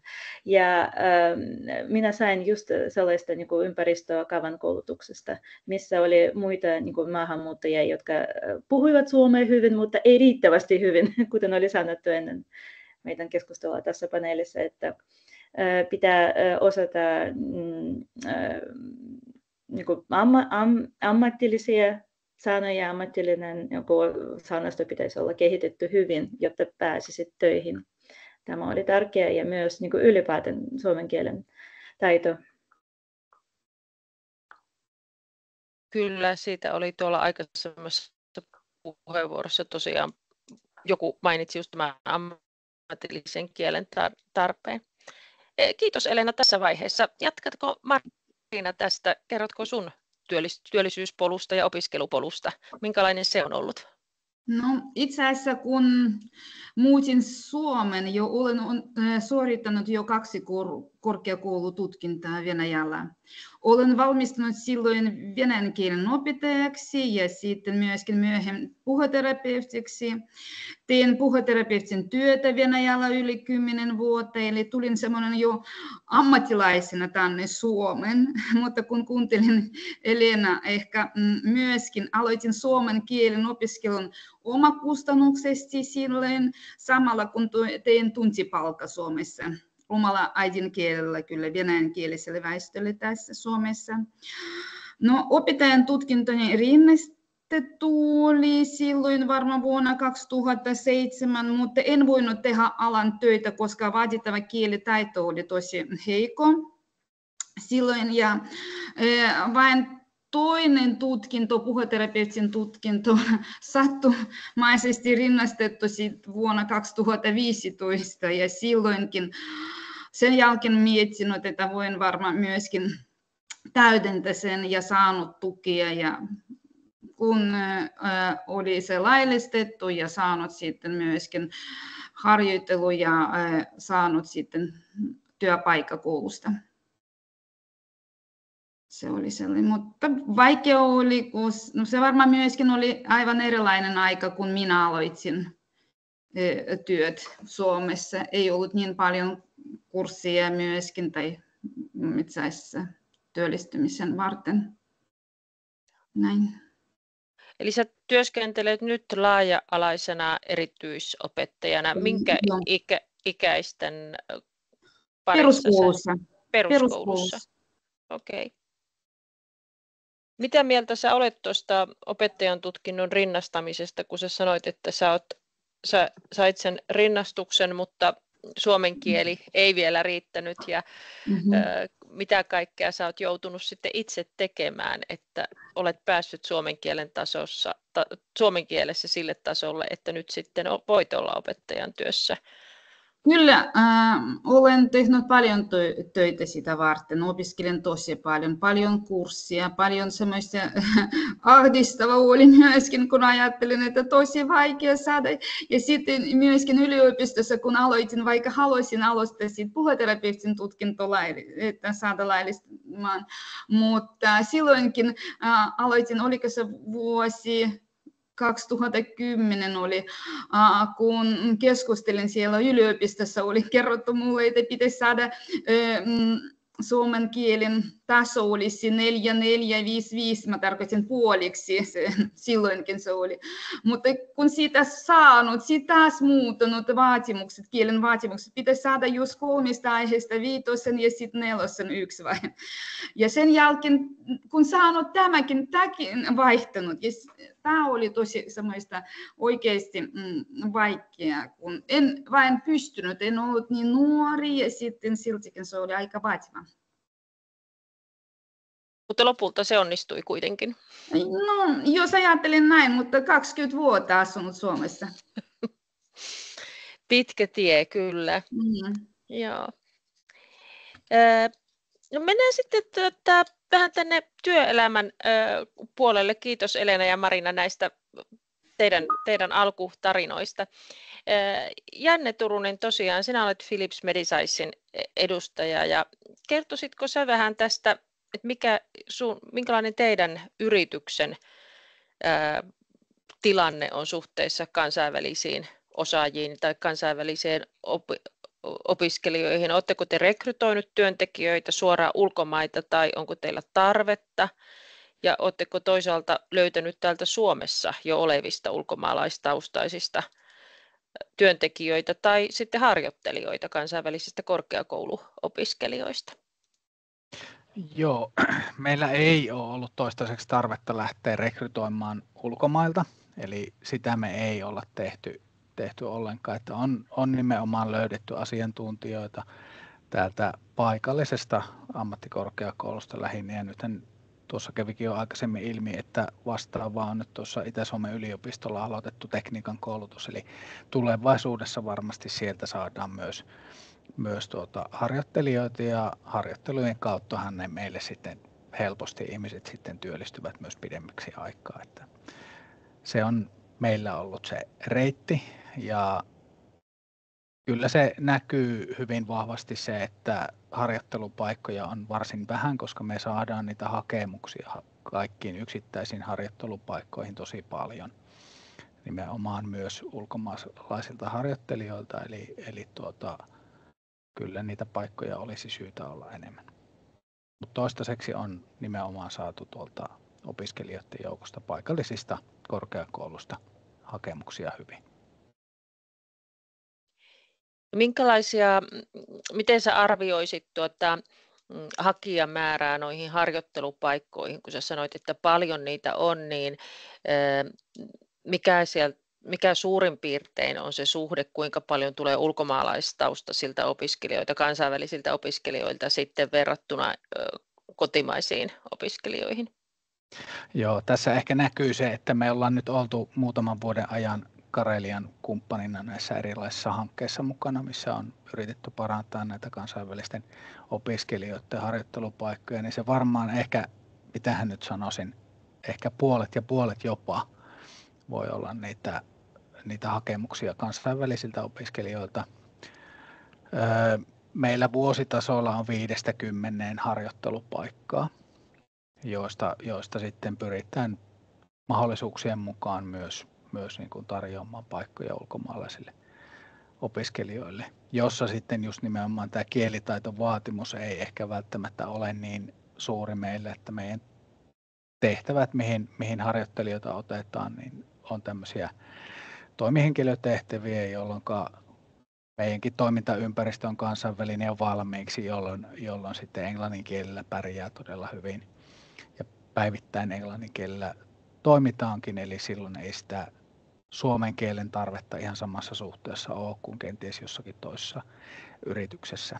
Eli siinä mielessä ollaan varmaan semmoinen matalan kynnyksen paikka, ja meillä on sillä tavalla helppo toimia tässä kansainvälisten opiskelijoiden kanssa. Okei, eli teillä on tosiaan työkielenä englanti. Laitatteko te sille suomen kielen taidolle sitten minkälaisia vaatimuksia, vai voiko teille tulla sitten harjoittelemaan ja työllistyä ihan puhtaasti englannin kielellä? No kyllähän me toki painotetaan. Meilläkin ollaan semmoinen tuotantolaitos kuitenkin, jolloin sitten myös sitä suomen kieltä tarvitsee monissa käytännön työtehtävissä ja toimenpiteissä, mitä arjessa mennään. Mutta kyllä sillä englannin kielellä pärjää. Ja toki ymmärretään myös se, että näille ihmisille olisi hirmu tärkeää oppia sitä suomen kieltä.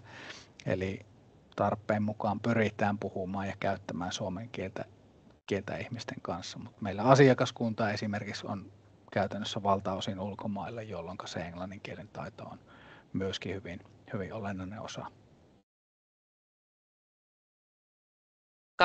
Kahden kielen taitaminen on niin kuin hyödyllistä teidän kontekstissa. Joo.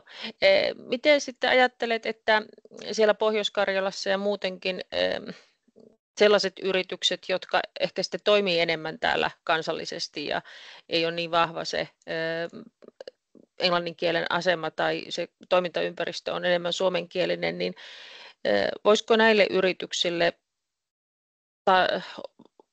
minkälaista tukea he voisivat tarvita tai mitä heidän pitäisi itsensä kehittää, että he voisivat ottaa näitä KV-harjoittelijoitakin paremmin, kun kuitenkin meilläkin esimerkiksi TAMKissa, ja tämä on varmasti ammattikorkeakoulussa erittäin laajasti tunnettu haaste, kun opiskelujen oleellinen osa on harjoittelut ja sitten englannin kielellä opiskelijoiden on niitä paikkoja vaikeampi saada.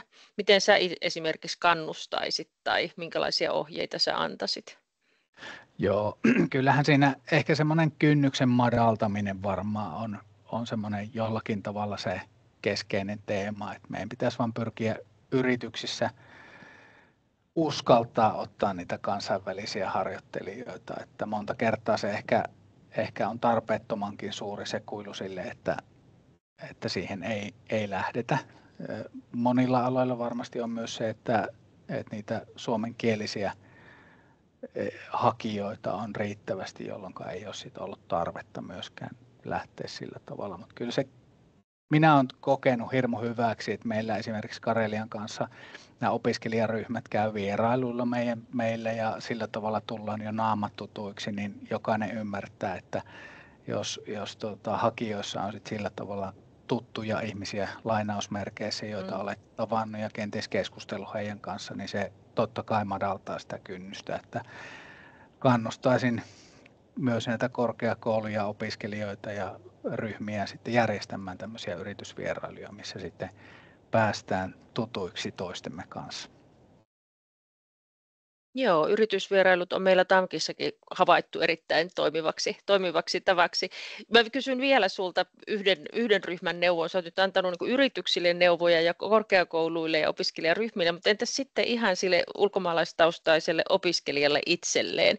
Minkä ohjeen sä hänelle antaisit, että miten sen harjoittelupaikan onnistuu saamaan?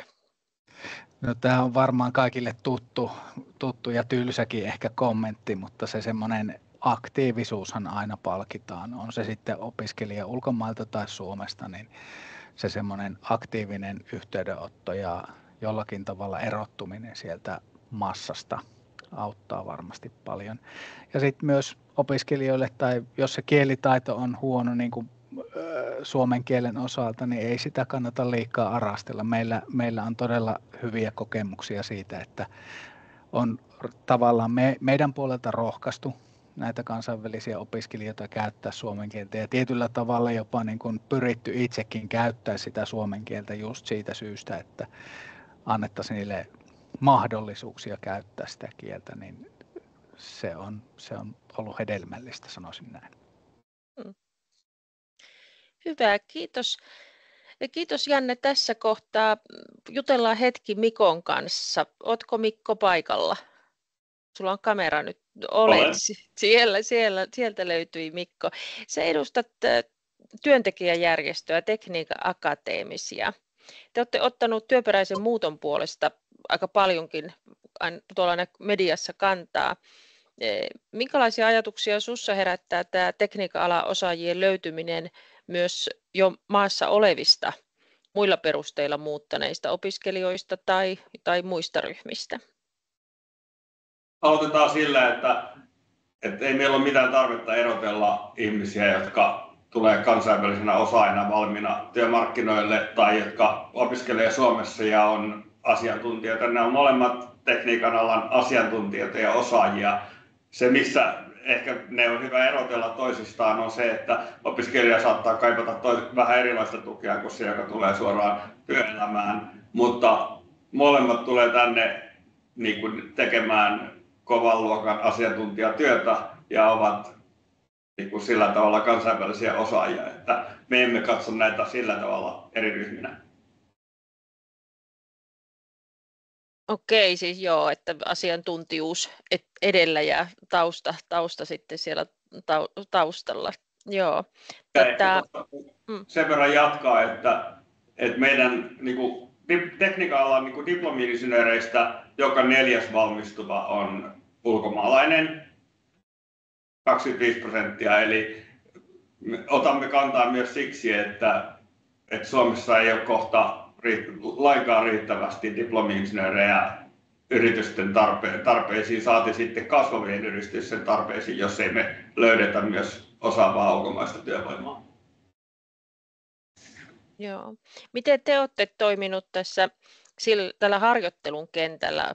Onko teillä kannanottoja, tukea, toimia siihen, että nämä kansainväliset opiskelijat saisivat niitä ensimmäisiä harjoittelupaikkoja, kun se tuntuu usein olevan se pullonkaula, mistä sitten voi se polku sinne työelämään aueta tai sitten olla aukeamatta, jos sitä ensimmäistä harjoittelupaikkaa ei saa? Se on tosiaan, mekin ollaan havaittu tämä, että se on merkittävä pullonkaula.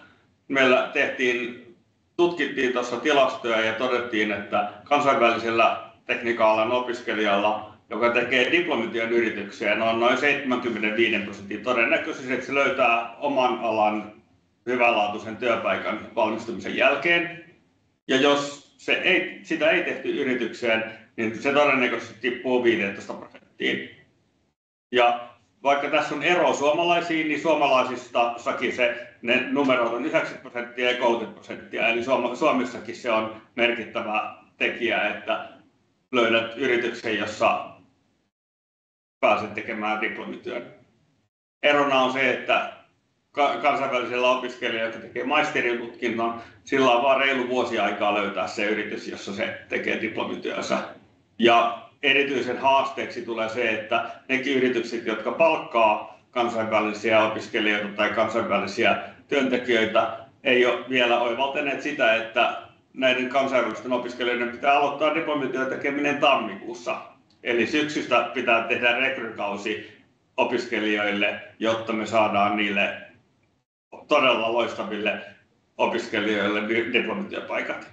Ja tämän takia me ollaan nyt aloitettu pilotoimaan Aalto-yliopiston, Tampereen yliopiston kanssa tämmöisestä niin kuin Thesis Day tai Thesis Fair nimistä tapahtumaa, joka on syksyisin, jonka tehtävä on tuoda niin kuin diplomi-insinöörejä ja diplotyöntekijöitä palkkaavat yritykset ja sitten nämä kansainväliset opiskelijat yhteen. Ja sitä on nyt 2 kertaa järjestetty, ainakin Aallossa yli 2-kertaistui tänä syksynä yritysten määrä viime vuoteen nähden, ja me ollaan nyt levittämässä tätä konseptia muihinkin yliopistoihin. Tämä kuulostaa tosi kiinnostavalta. Minkälaisella konseptilla tämä on toteutettu? Siis mikä tässä on noiden korkeakoulujen rooli? Onko se niin kuin korkeakoulujen järjestämää yhdessä teidän kanssa yhteistyössä vai haetteko te niitä yrityksiä vai miten nämä Thesis Fair toimii? Me ollaan autettu ideoimaan tämä, mutta yliopistot ottaa sit itse vastuun siitä järjestämisestä, koska siinä on kuitenkin kysymys yliopiston opiskelijoiden ja yritysten niin kuin siitä, että nämä löytää toisensa, ja silloin on tärkeää, että se vastuu järjestämisestä on siellä yliopiston puolella tai korkeakoulun, ja me ollaan siinä tukena mukana auttamassa sellaisilla tavoilla kuin voidaan. Minkälaisia yrityksiä tähän asti noissa Thesis Fairissa on ollut, kun tuossa Janne aikaisemmin mainitsi tästä, että on niin aika erityyppisiä yrityksiä, toisissa on englanti käyttökielenä ja isoja kansainvälisiä yrityksiä ja sitten taas pienempiä, jossa toimitaan kansallisesti ja suomen kieli on työkieli ja näin päin pois, niin onko näissä esimerkiksi nyt tässä Thesis Fairissa selkeästi nähtävissä tämmöisten kansainvälisten yritysten läsnäoloa niissä tapahtumissa vai oletteko saanut myös näitä pienempiä ikään kuin kotimaan kentällä enemmän toimivia yrityksiä niihin mukaan? Mä itse ajattelen, että ensivaiheessa tärkeintä on saada mukaan ne yritykset, jotka jo haluaa palkata kansainvälisiä, koska niiden kohdalla se ongelma on se, että ne ei vaan ole oivaltaneet sitä, että syksyllä pitää rekrytoida. Ja se on niin sanotusti se kaikista matalimmalla roikkuva hedelmä, ja kun ne saadaan mukaan ja saadaan tähän hyvä meininki ja saadaan yrityksiä, jotka saa loista työntekijöitä, niin sitten kyllä ne muutkin tulee perässä, kun huomaavat, että tuolla on hyvät bileet. Okei, joo. No miten sä neuvosit? Mä tuossa kyselin Jannelta neuvoja noille yrityksille ja oppilaitoksille ja näin, niin miten sä neuvosit semmoista yritystä, joka ei ole vielä uskaltanut tai osannut ottaa ensimmäistä kansainvälistä opiskelijaharjoittelijaa tai palkata ensimmäistä ulkomaalaistaustaista työntekijää? Mä sanoisin, että palkatkaa diplomityöntekijää, koska se on äärimmäisen helppo tapa, jos tuntuu siltä, että ei halua saman tien hypätä englanninkieliseen työyhteisöön pysyvästi, niin palkkaa puoleksi vuodeksi diplomityöntekijän ja siinä tulee samalla huomattua, että kuinka loistavia työntekijöitä saa.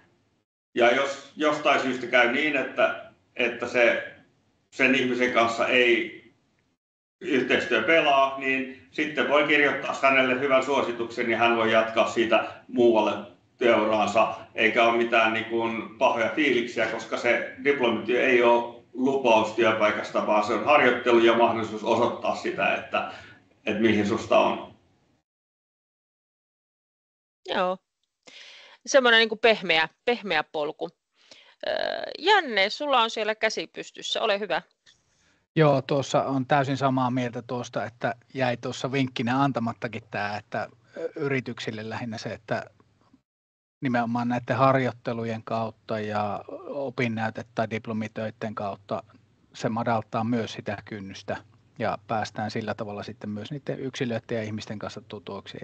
Ja niin kuin juuri oli puhetta tuossa, että se antaa mahdollisuuden sitten myös niin kuin jatkaa tai sitten lähteä eri teille yritysten ja niiden opiskelijoiden kesken. Että ehdottomasti hyvä tapa ja kannustaisin pienempiäkin yrityksiä palkkaamaan ja madaltamaan sitä omaa kynnystään sille diplomityön tekemiselle. Et monesti pienet yritykset eivät koe sitä sillä tavalla, että heillä olisi annettavaa korkeakouluopiskelijoille, mikä ei pidä paikkaansa.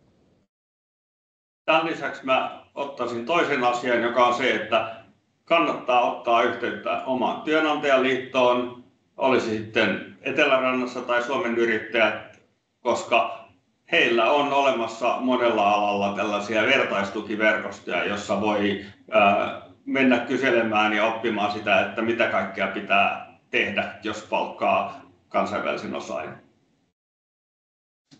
No niin, siinä meni terveisiä vielä sitten työnantajajärjestöillekin tai oikeastaan mainosta heidän puolestaan.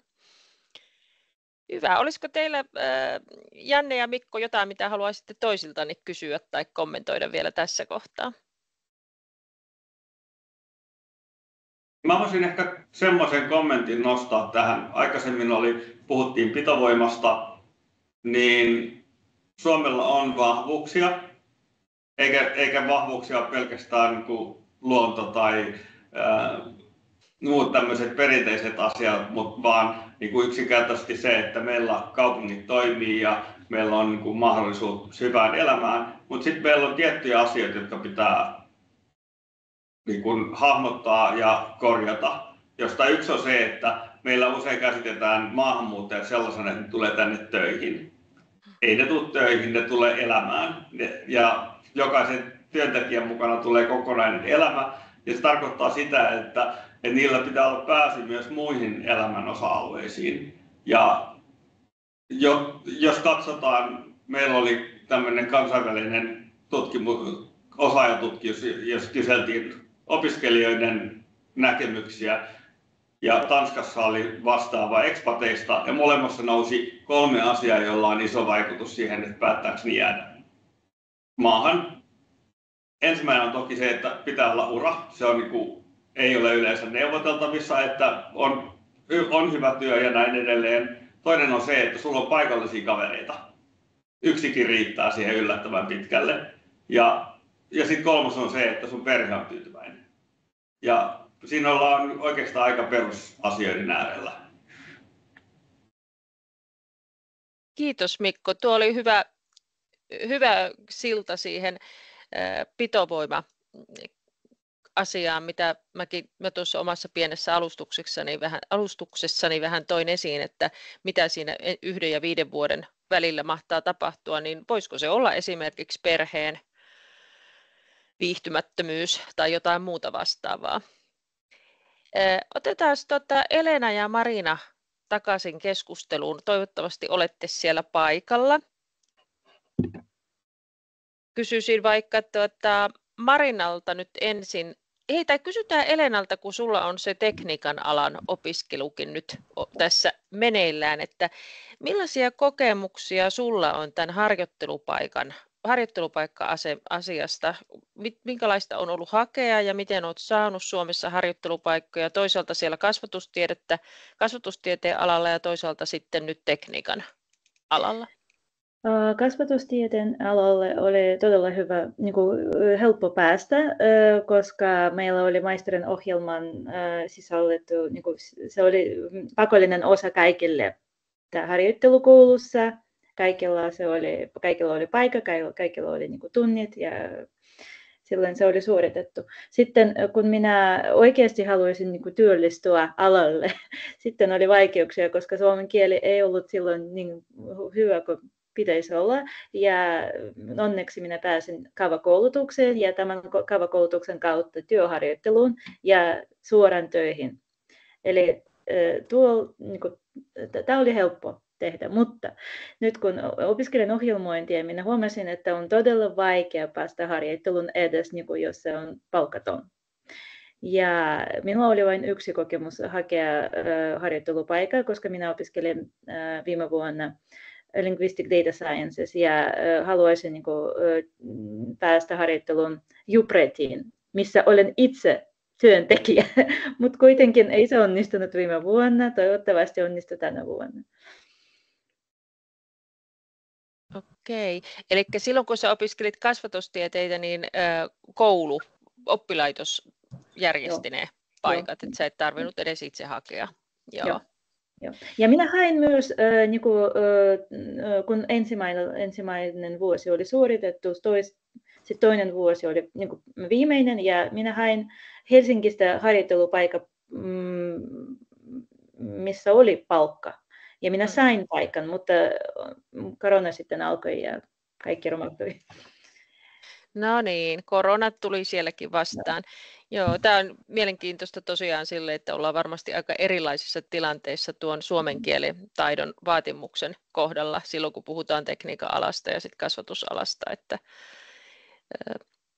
kun mietit sitten, puhuit siitä jatkopolusta. Mites Marina, minkälaisia kokemuksia sinulla on harjoittelusta Suomessa ja harjoittelupaikkojen saamisesta?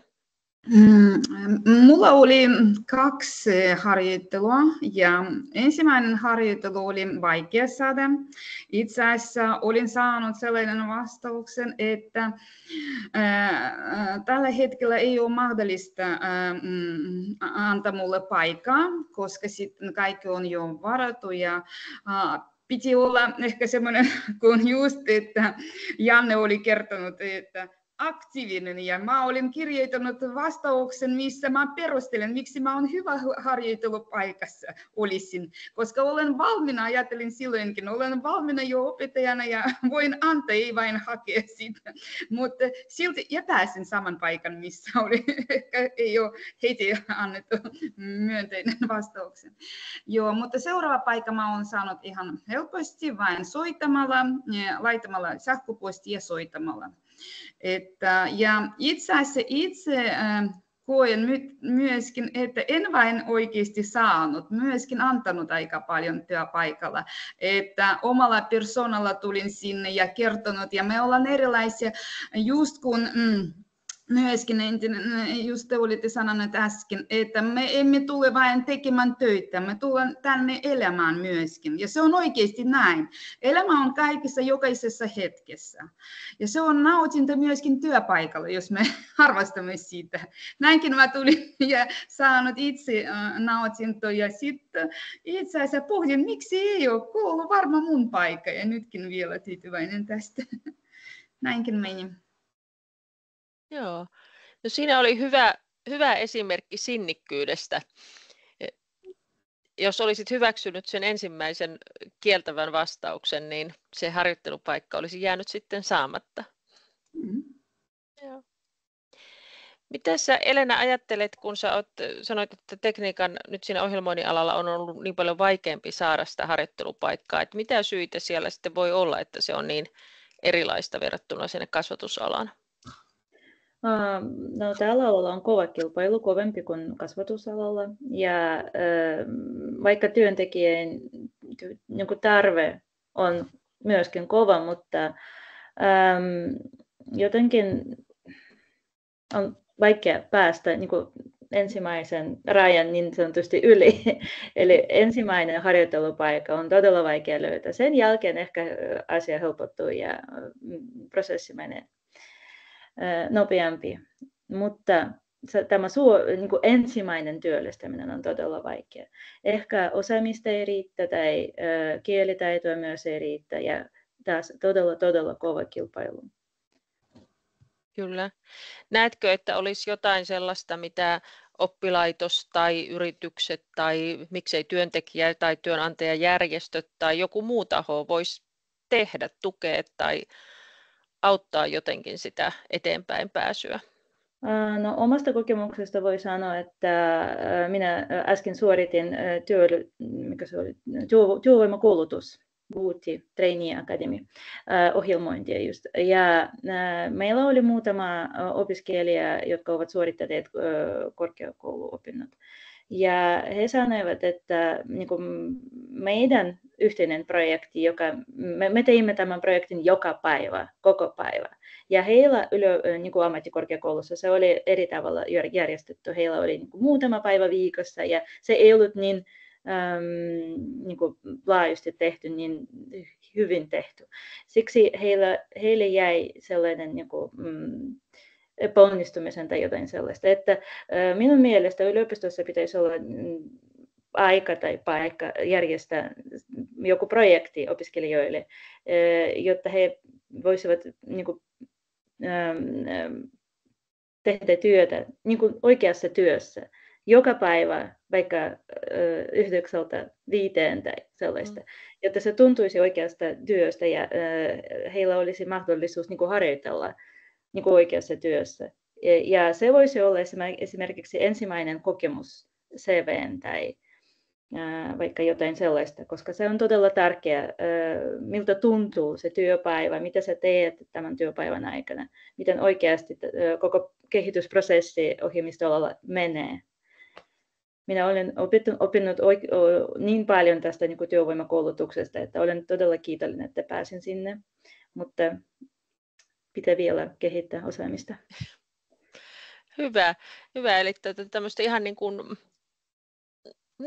työelämäkokemusta, että mitä se oikein konkreettisesti on se työn tekeminen. Näin mä ymmärsin ton. Joo. Ja sitten kun edes on mahdollisuutta päästä vaikka työhaastatteluun, sinulla on jotain sanottavaa, kerrottavaa, mitä sä teit oikeasti, miten sinä teit sen, miksi teit näin ja näin, koska sulla on kokemus ja vaikka se ei ole oikeasti työkokemus, mutta kuitenkin se on kokemus, se on tärkeä, ainakin tällä alalla. Selvä, kiitos. Haluatko Marina lisätä jotain tähän, minkälaista tukea tai apua voisi noin yleisemmin ulkomaalaistaustaisille olla tarjolla, että se polun pää avautuisi? Joo, mä ymmärrän. Itse asiassa meillä on ehkä meitä ei vain kaikilta, ei tarkoita vain maahanmuuttajille, että me ollaan aktiivisempi etsimään ja sitten itse haemme töitä, mutta koen sitä myöskin työpaikalla ja itse maahanmuuttajat ei kaikki pääsevät näin vapaasti hakemaan töitä. He tarvitsevat tässä vaiheessa vahvempi tukea kuin kaikki muut ja myöskin suomalaisetkin tarvitsevat tukea. Me tiedämme, että se ei ole niin kaikille helppoa, mutta maahanmuuttajille kielen takia myöskin työpaikalla voisi myöskin ilmestyä erilaisia asenteita sitä varten. Esimerkiksi itse olen tarkistanut ja katsonut joskus, että esimerkiksi kun meillä on nyt vaikka sosiaalialalla paljon maahanmuuttajia tulivat vaikka filipiniläisiä. Pieni esimerkki. Ihminen, joka meillä on töissä, ei osallistu raportoihin sen syystä, kun hän ei osaa kieltä. Onko se oikein hyvä työympäristö, joka tukee sitten meidän maahanmuuttajat, jotka tulivat just suoraan tekemään töitä? Eli tämä on sellaisia asenteita ja sitten joskus heille työpaikalla vaikea ymmärtää, mutta miten meillä ei ole tulkia, mutta oikeasti kun Elena nyt on kertonut, pitäisi hypätä sinne työhön, vaikka et ymmärrä. Mä oon oikeasti erityisopettaja ja mulla on paljon kuuroja ihmisiä, jotka ovat töissä ja sitten myöskin kuulevien kanssa. Siltikin he osallistuvat, tekevät töitä, katsovat ja tarkivat ja aistivat työtä ja tämä on tärkeää. Tukea maahanmuuttajille just saamisen työharjoittelupaikan ja tukea työpaikalla ja sitten ohjata ja hyvät ohjat paikalla myöskin. Myöskin voisi olla samankielinen ohjaaja. Hyvä. Kiitos. Hyvä. Kiitos Marina. Nyt toi kello rientää niin, että kysytäänpäs oliko meillä yleisökysymyksiä siellä chatissa?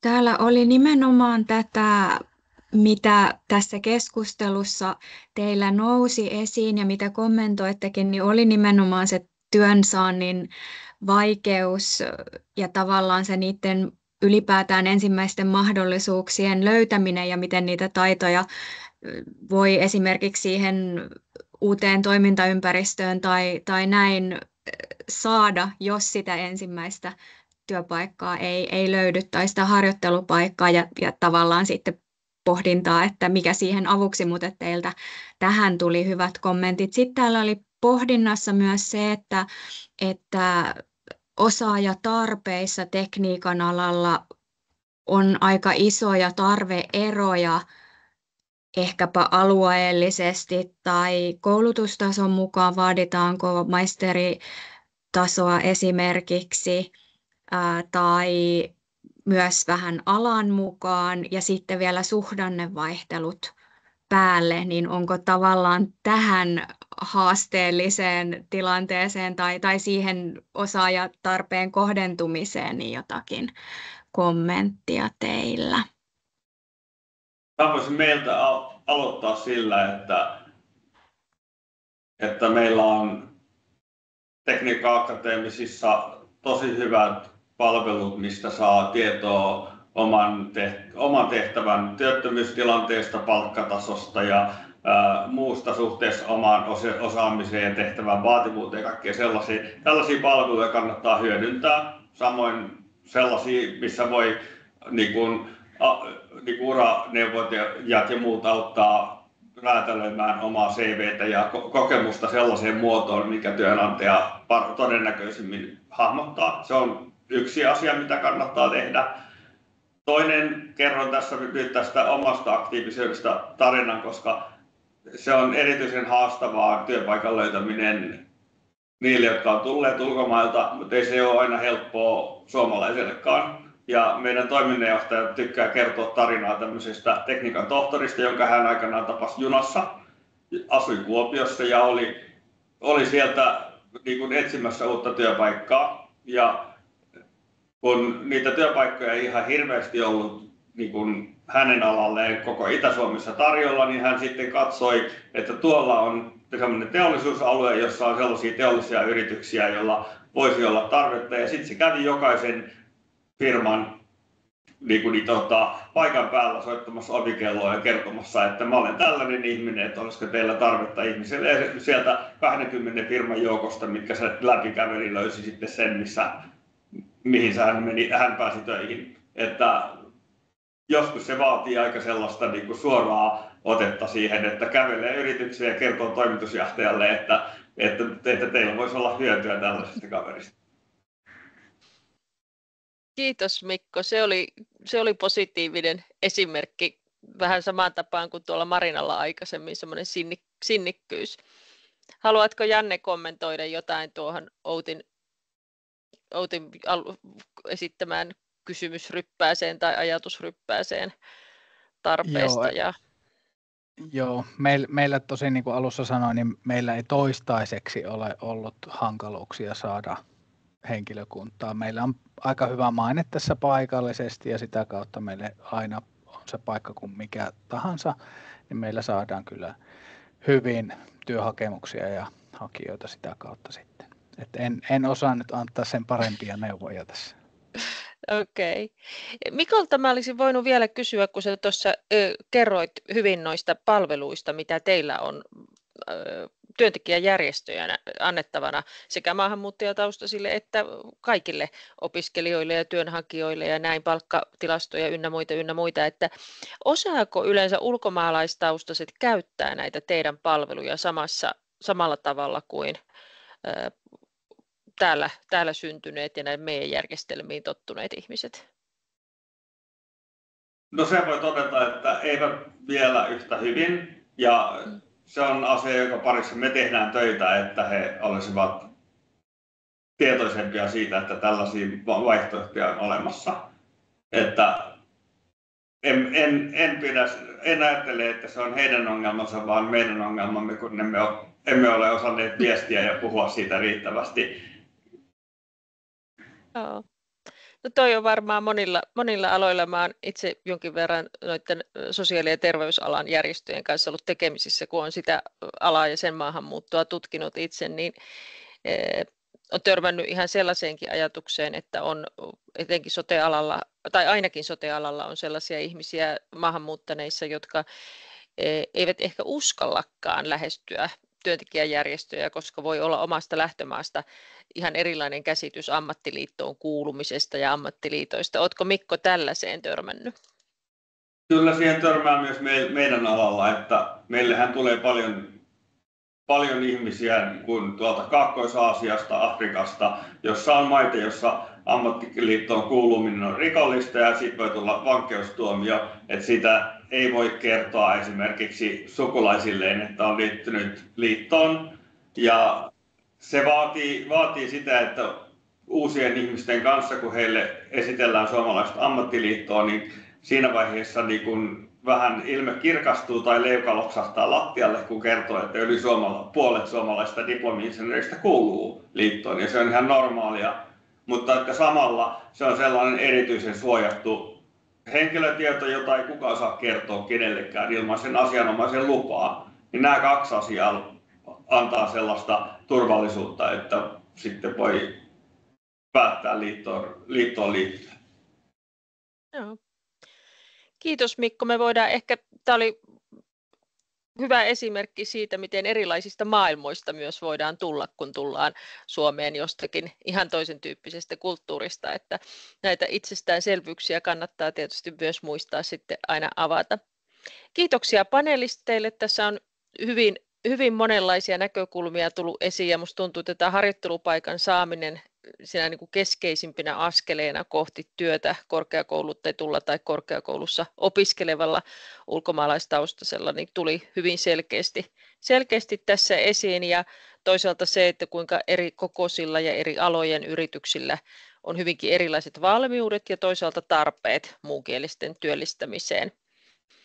Ja vaikka tässä webinaarissa ei haluttu näitä kieliasioita mitenkään nostaa keskiöön, koska meillä oli viime keväänä tämmöinen SIMHE-webinaari, joka oli nimenomaan korkeakoulutettujen kieliasioista, niin kyllähän tässäkin nousi aika selkeästi esiin myös se, että se jonkinasteinen suomen kielen taito on tärkeää, olipa se työ, jota kohti on menossa, niin kansallisessa tai kansainvälisessäkin yrityksessä jollain tasolla sitä kieltä on hyvä osata. Tämmöisillä yhteenvedoilla mä ehkä puolestani nyt kiitän panelisteja ja kiitän kaikkia osallistujia, ja meillä on ilmeisesti lopuksi vielä sieltä OPH-puolelta tässä lopetussanat luvassa. Kiitoksia. Kiitos. Joo, lämmin kiitos ja virtuaaliset uploadit teille arvon paneelikeskustelijat, ja tosiaan kiitos kaikille puheenvuoroista ja keskustelusta, ja myös tuolla chatissa me on onnistuttu keskustelemaan ja myös sitten jakamaan tietoa tämän webinaarin aihepiireistä. Kiitos siitä. Alussa ehkä puhututti etenkin tämä tilastojen maailma ja missä määrin meillä on riittävää tietopohjaa nyt sitten tähän työllistymiseen liittyen. Ja varmasti näin on, että tilasto mikä tahansa on meillä käsillä, niin se osoittaa sen, että meillä kuitenkin paljon tehtävää on tämän aihepiirin eteen, mutta sitten toisaalta niin kuin tässä kuultiin, niin on myös näitä onnistumisia. Meillä on tiedossa keinoja, hyviä kokemuksia, ja ehkä meillä tässä webinaarissa olikin se ajatus, että sikäli kun näiden tavoitteiden parissa edelleenkin tullaan Suomessa työskentelemään eri puolilla, eri toimijoiden puolesta, niin tärkeää olisi, että rakennetaan just näiden jo olemassa olevien hyvien käytänteiden ja tämän meidän jo olemassa olevan tiedon varaan myös sitten niitä uusia toimia ja ratkaisuja. Ja tällä ajatuksella sitten tästä eteenpäin. Paneelista ehkä jäi itselleni mieleen vielä se, että kyllähän näiden kysymysten ratkaisu edellyttää meiltä kaikilta sellaista rohkeutta ja ennakkoluulottomuutta, mitä Marina ehkä tuossa vähän peräänkuulutit, ja ehkä sitten näissä tunnelmissa sitten toivotan hyvää matkaa kohti joulun lomia ja ensi vuoden uusia haasteita näiden tavoitteiden parissa. Kiitokset kaikille ja me varmasti mietitään ja jaetaan sitten näitä seminaarin aineistoja, eikö niin, eteenpäin sitten kaikille tähän tilaisuuteen ilmoittautuneille ja osallistuneille. Kiitokset vaan ja hyvät jatkot ja törmäillään tämän aihepiirin ympäriltä tulevinakin aikoina.